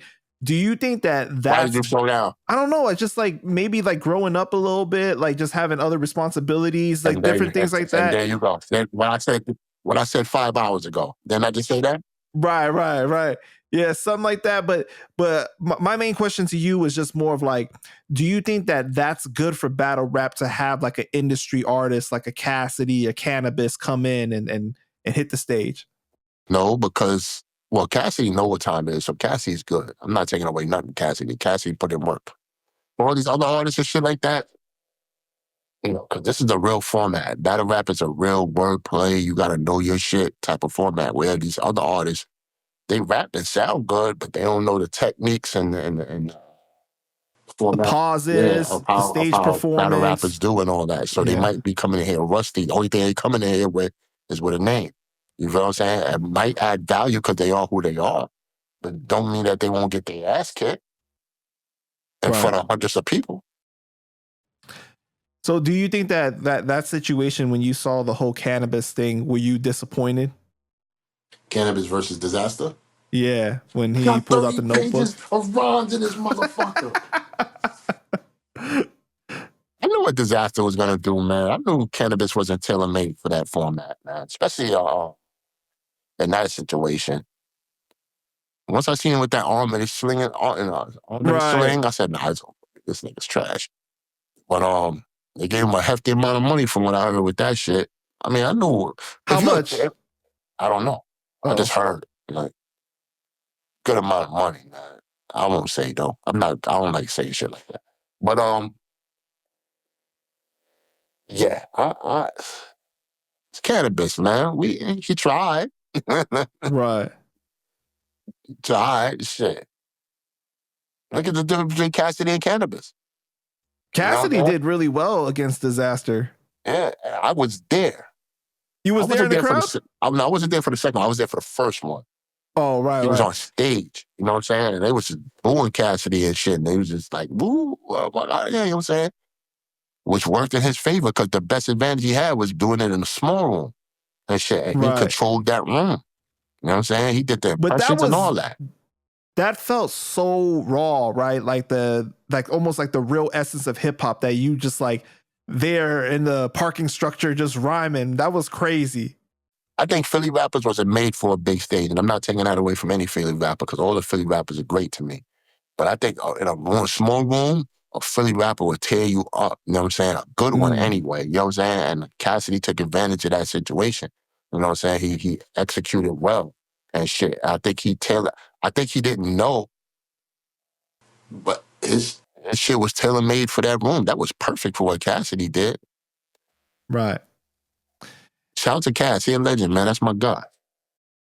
Didn't Cannabis and Disaster sell like the notebooks and all types of stuff like later on, years later? Probably, I don't know. I wouldn't have bought none of that shit. Fuck out of here. He's like, I wouldn't have bought none of that. None of that shit. All right. What industry artist would you like to see take the stage? None like of a them. Lloyd Banks, No. Joyner Lucas? No. None? No. Lloyd Banks would be dope, though. Lloyd Banks would know what the fuck he doing because he's an avid fan of battle rappers. So, and he got bars. But, you know what I'm saying? Only thing I would be leery of Lloyd Banks is his stage presence because he's not too much of a mover or he don't do the Rubik's Cube like all of the battle rappers. Right. He's a little too laid back. Right. You know what I'm saying? So, like he got the bars and stuff like that. Right. But other than that, he one of my favorites, man. Like I'm So Fly is one of my favorite joints and shit like that. It combined the commercial and his bars at the same time and shit. So shout out to Lloyd Banks, man. Yeah, but what about like a Joyner Lucas? Could you see him translating well? Because he said that he was wanted to battle Meek Mill or somebody. If he wanted wreck, he would have stuck to his word and got in that stage and got crazy. He don't want no wreck. Shout out to Joyner Lucas, man, but he don't want no wreck on that stage, man. He know what it is. Don't pick the wrong dude, man, because that's the thing. Because they think Joyner Lucas is lyrical, miracle, spiritual with them bars on beat. If he ain't that in that acapella, he's gonna look different in the light. You know what I'm saying? You know how they put their money up in the light and they're like, yo, shit funny. You know what I'm saying? Like, he gonna look different in that light. So I don't think that he second thought that shit and be like, Yeah, I was on some mushrooms that night. I'm gonna fall back. Who else do you think that might have a good chance of hitting the stage from the industry? I'll be honest with you, man. I think some of the females would be good, like Nicki Minaj. Oh, I think a Remy would know what to do. You know what I'm saying, obviously, my partner band, she'd be great on what you call it. Yeah, but Remy used to battle rap, so that's a little different. She already came from Yeah, that, a like where lot of. she battled. Yeah. I think the best fights, man, and when it's really coming down to it, and it really matters, be the women and shit like that. I can't really name, like, we sure may say Eminem, because Eminem would be Nah, perfect. I'm not talking about him. Eminem would be a perfect match, like, you know what I'm saying? With Drake, like, you know what I'm saying? Kendrick, like, I don't know. I think they should stay where they at. Like, I'm not saying they can't do it, but they perfect where they at. They make music. The algorithm is different. You know what I'm saying? Because if if you take the beat away, obviously they're in rhythmic form. But a battle rapper could be in rhythmic form too. It just depends on how they setup is and shit like that. So it's two different worlds, bro. It's That's two the different interesting worlds. thing, right? A lot of times people criticize battle rappers and say that you guys can't make music, you guys aren't good, the music doesn't translate well. But it's like also they could turn it around and say, well, you industry rappers can't do what we do. That's You know true. what I'm saying? Yeah. That's true. But I think it's easier to make the music than it is for a musician, battle rap on beat to turn into an actual a cappella battle rapper. That's very hard. That's hard because you're literally, it's not your music that everybody jump into. They jump into your words. You got to cater to a crowd. You're actually speaking to a crowd. Whereas the background, the sound bed is your music is the one that's making them jump. You know what I'm saying? And they're just, they're going to go with some of the words and stuff like that. But those are the helping factors and shit like that. Whereas it's just you and that crowd and shit like that. That's a very hard thing to do. It's like you're pretty much putting on a speech and shit. Like Martin Luther King, I had a dream that one day. People's like, yeah. You know what I'm saying? He's not like, yo, I had a dream one day. You know what I'm saying? There's a beat going in the background and people's like, yeah, that beat is fire. They don't give a fuck about your dream. They don't fuck about that beat. All right. You know you want to laugh, Panda. Cut it out. When I interviewed RJ Payne, he said the reason why he got out of battle rap is because he didn't like how people get pigeonholed into this niche and their music doesn't get taken serious. Like there's a ceiling in battle rap. He said the industry artists treat battle rappers like commodities, like just to have around and hear them spit nice, but it's like not like they really put them in a position to do anything. I guess except for like Nick Cannon, because he's put people on, on his show and stuff like that. But like, remember when Diddy had Jay Mills come on making the band and he battled Ness? It was like it's not like he offered him a contract or anything. Like it was just more like I'm gonna use you for what I need you for, and that's it. Well, it's all about the formats on how you get picked to do, things. I was saying, you're found by doing music, you're going to be doing music and shit like that. With the next situation, he was in a contest to be in a band to do music. So the primary, attraction was to, crash out, if you will, on TV. For the RJ Payne situation, we all know he used to go by the name Rain Man and whatnot, if I'm correct. He's from Philly. So RJ Payne is kind of correct. He's right on that. I think what's genius about him is that he changed his name and shit. That's a genius thing because at the end of the day, a lot of times I was like, who the fuck RJ Payne is? So I had to see it. I was like, wait a minute, that's such a such a. Why the fuck he changed his name? You know what I'm saying? I understood to why, you know what I'm saying? And he's catching a lot of traction by doing so. So salute and kudos to him for that, selective thing to do, to market himself differently and on that. Whereas we go into the world, where battle rappers go into the world of the music and shit, say like two battle rappers, two, three top tier battle rappers go into a concert or shit like that or whatever, to a top person or shit like that. Unfortunately, whether consciously or subconsciously, they treat battle rappers like they're pets. Like, oh, look, you see the cute trick he did over there? You see the backflip? Oh, he did a backflip. You know what I'm saying? Now, I'm not saying that they're doing that on purpose. Like I said, consciously or subconsciously, it depends on the individual and whatnot. But battle rappers are revered for what they say and shit. Yeah, there's a little admiration there because battle rappers could do what a lot of these musicians can't do. So they'll, gravitate towards a lot of cats that battle rap and be like, yo, man, when you said such and such, boom, boom, boom.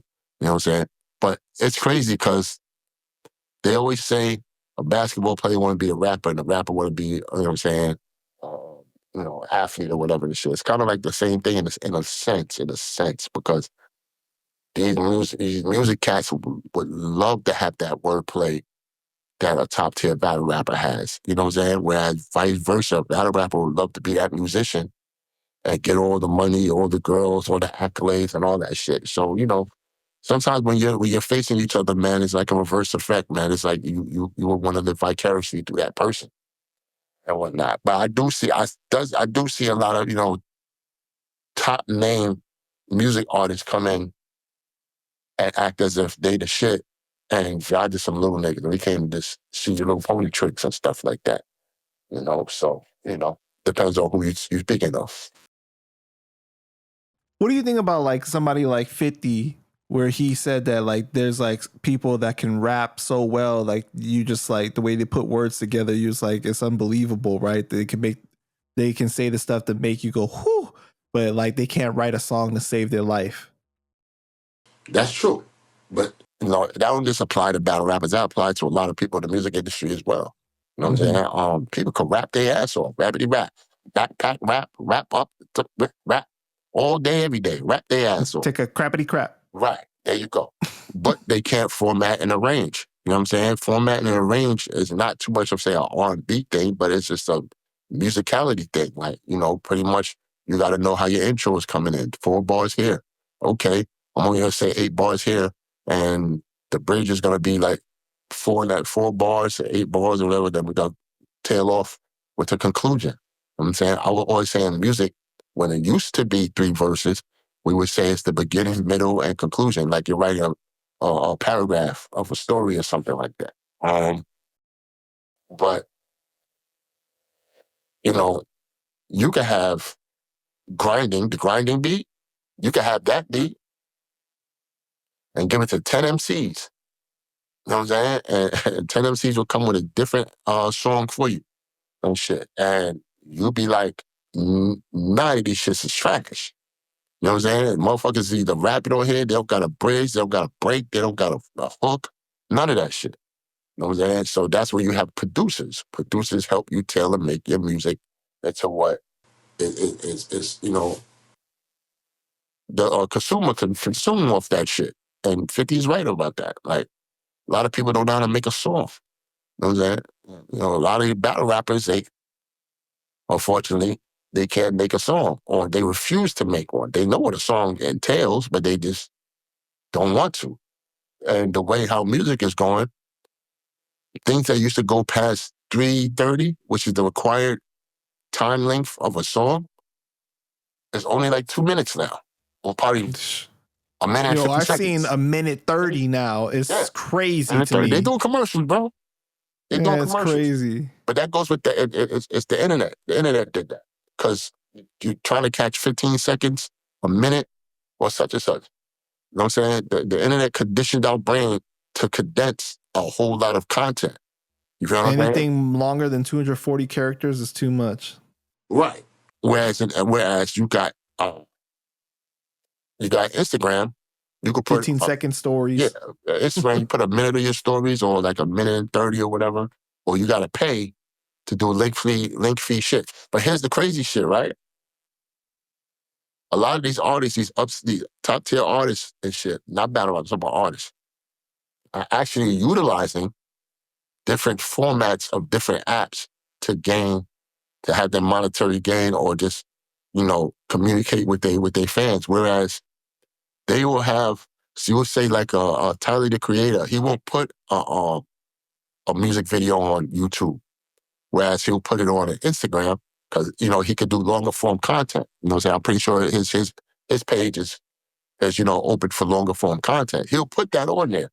and he'll get millions of views for YouTube to ask as to why you did that, bro. Why is it not on YouTube? We need that. You feel what I'm saying? So it's just content forming. That's all it is. It's you would say I'm an independent radio. No, your app is the fucking record label now, bro. Your YouTube, Instagram, or X, or whatever the fucking format, TikTok, they're the new record companies, bro. You know what I'm saying? They're the ones that put shit out there to make people be like, oh, okay, this the new shit. It's crazy.